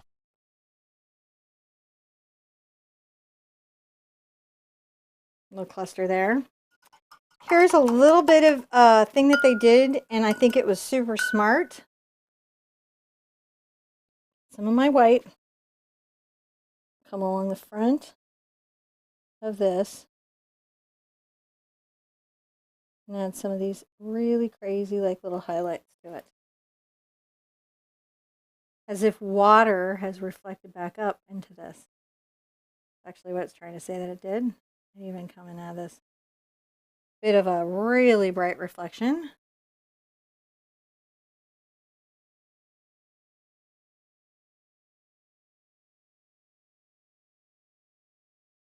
Some of this. There we go. Isn't that nice? It is nice. Now, we have a bunch of sparkles. My best guess for the sparkles is dotting tool. I wish I had my dotting ring. But do I? So what do you call three Darn it, I don't have my dotting ring. So what do you call 3 or more sparkles in a group? I have no idea. A disco. I'm going to put out some of my fluid paint. And I'm real quick going to grab one of my cloud brushes. Okay, I'm good. So. Well, we can't both leave our stations. We can. I guess we can. We can. They'll just be here like dead air. Hello. So first, come to your tree and dot some of these edges. This is my ArtSherpa dotting tool. You can use a toothpick. You can use the back of your brush.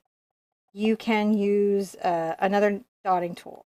This is just a consistent dotter. Well, and the paint does some very specific, things off of it, but that's because I'm picky and I want that experience. She's just getting white paint, so I'm not switching cameras. That way you guys can focus on what's I'm actually just happening. getting white, and that's all I'm going to do at the moment. So rather than switching back and forth, I'm just letting you guys see what she's doing with the tool. Now, I'm going to take my smallest cloud brush. If you don't have a cloud brush, just dot. Okay? Just dot. If you don't have a cloud brush, just dot. Or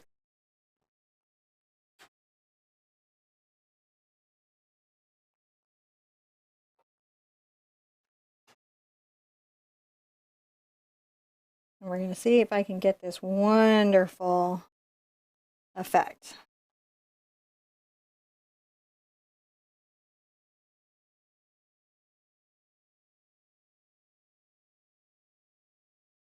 Because what we want is a very soft set of little glows. And I'm just trying to get the pink ones.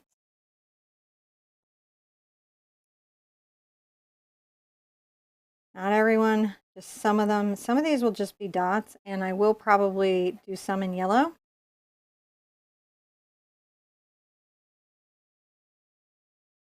So what helps me with this, and you can also do it like this, is that these give you just this nice little dry brushed halo, see? oh yeah.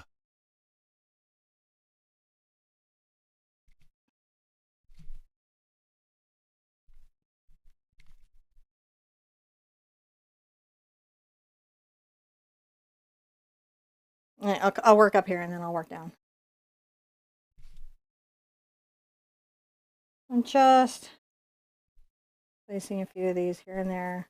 Most of these are done smaller, but I want some with the halo effect. I like it. It's a good start. Now I'm going to rinse out my brush and I'm going to come back. And I'm going to just make sure that this is super like light on the canvas. Get a little of the yellow here. Where are you? I'm down here. There's a bunch of them There you down are. low. Because they're sort of implying that they're everywhere.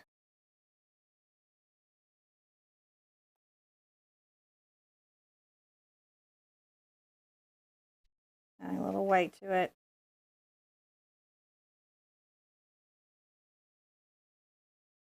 Like little pixies have come up from the...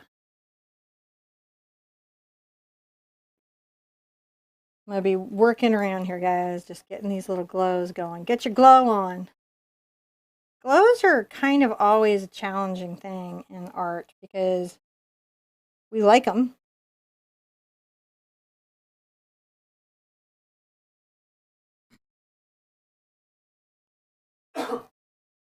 And I'm alternating between pink and yellow and white glows.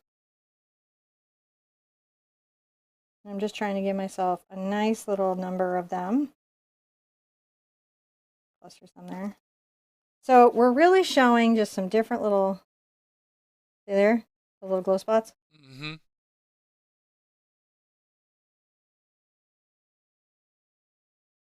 Press in and then wiggle. That's what I'm doing.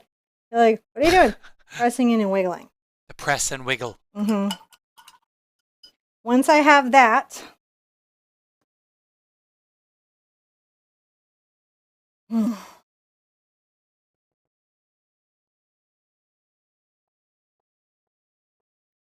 hit the center of each little space with a dot, and then also around them hit other little spaces that have no glow. Julie says, you're making Fern Gully. I am making Ferngully. My name is Betty Coda. One of the best roles that Robin ever got to do, I think. One of my favorites. Of course, I love the genie. What dreams may come. Yes. Dead Poets Society. Good Morning Vietnam. Betty Coda. We could just go on and on. Betty Coda.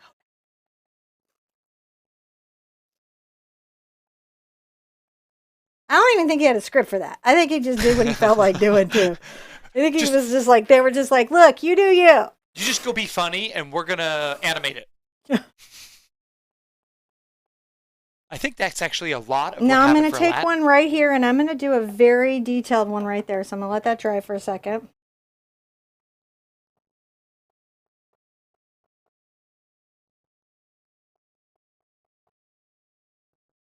All right, you guys ready? What are we doing? Hold on, where are you? What's the? Oh, you're down there.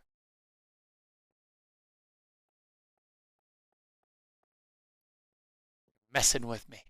I am.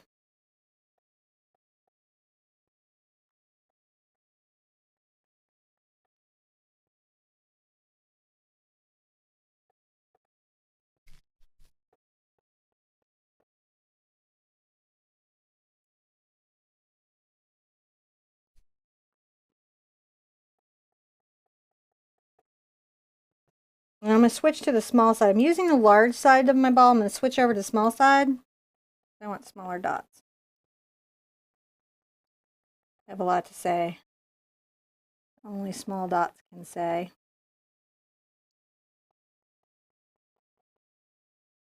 Sometimes you just need small dots, dude. You just need small dots, dude. Sometimes you just need small dots.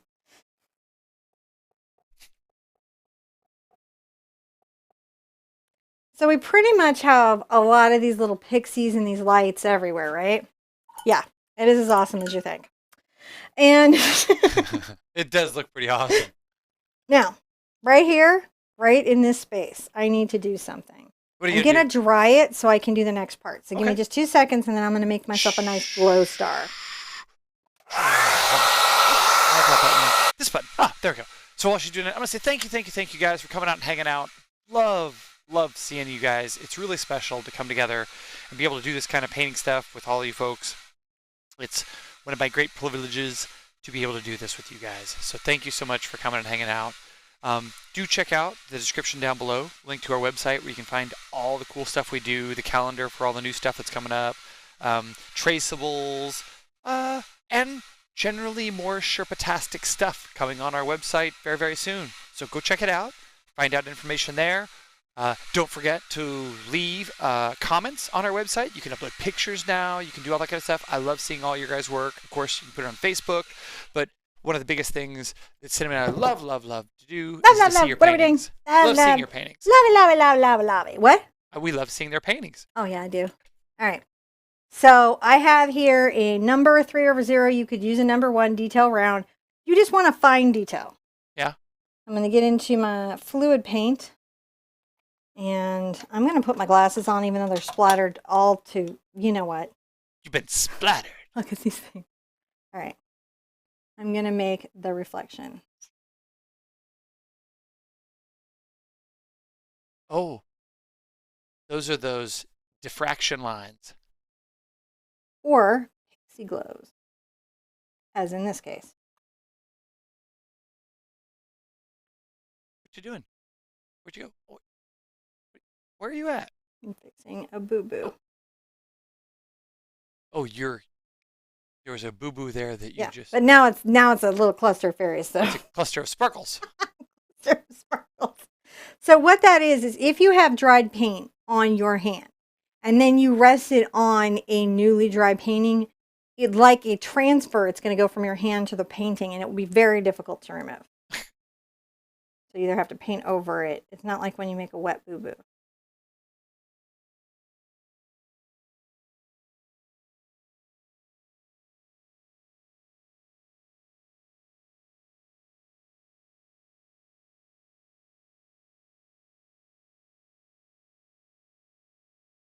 So we're just twinkling that one up in a noticeable way. Away.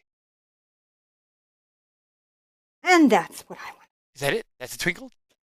So then I'm going to take a... Power twinkle. Maybe a little bit of my phthalo, my ultramarine, and my white. Come over here.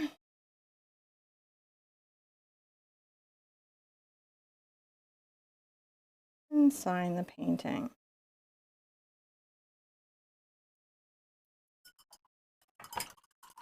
I'll step out of the way. We're going to look at it, and then we'll think about it. So I'm going to step out of the way. Hold on. Where'd you go? There you go. And now you can go around. You want me to hold it actually forward so it does the good reflection thing? There you go. Have a tour. Have a tour. This is the side of the painting that Cinnamon's finger is holding.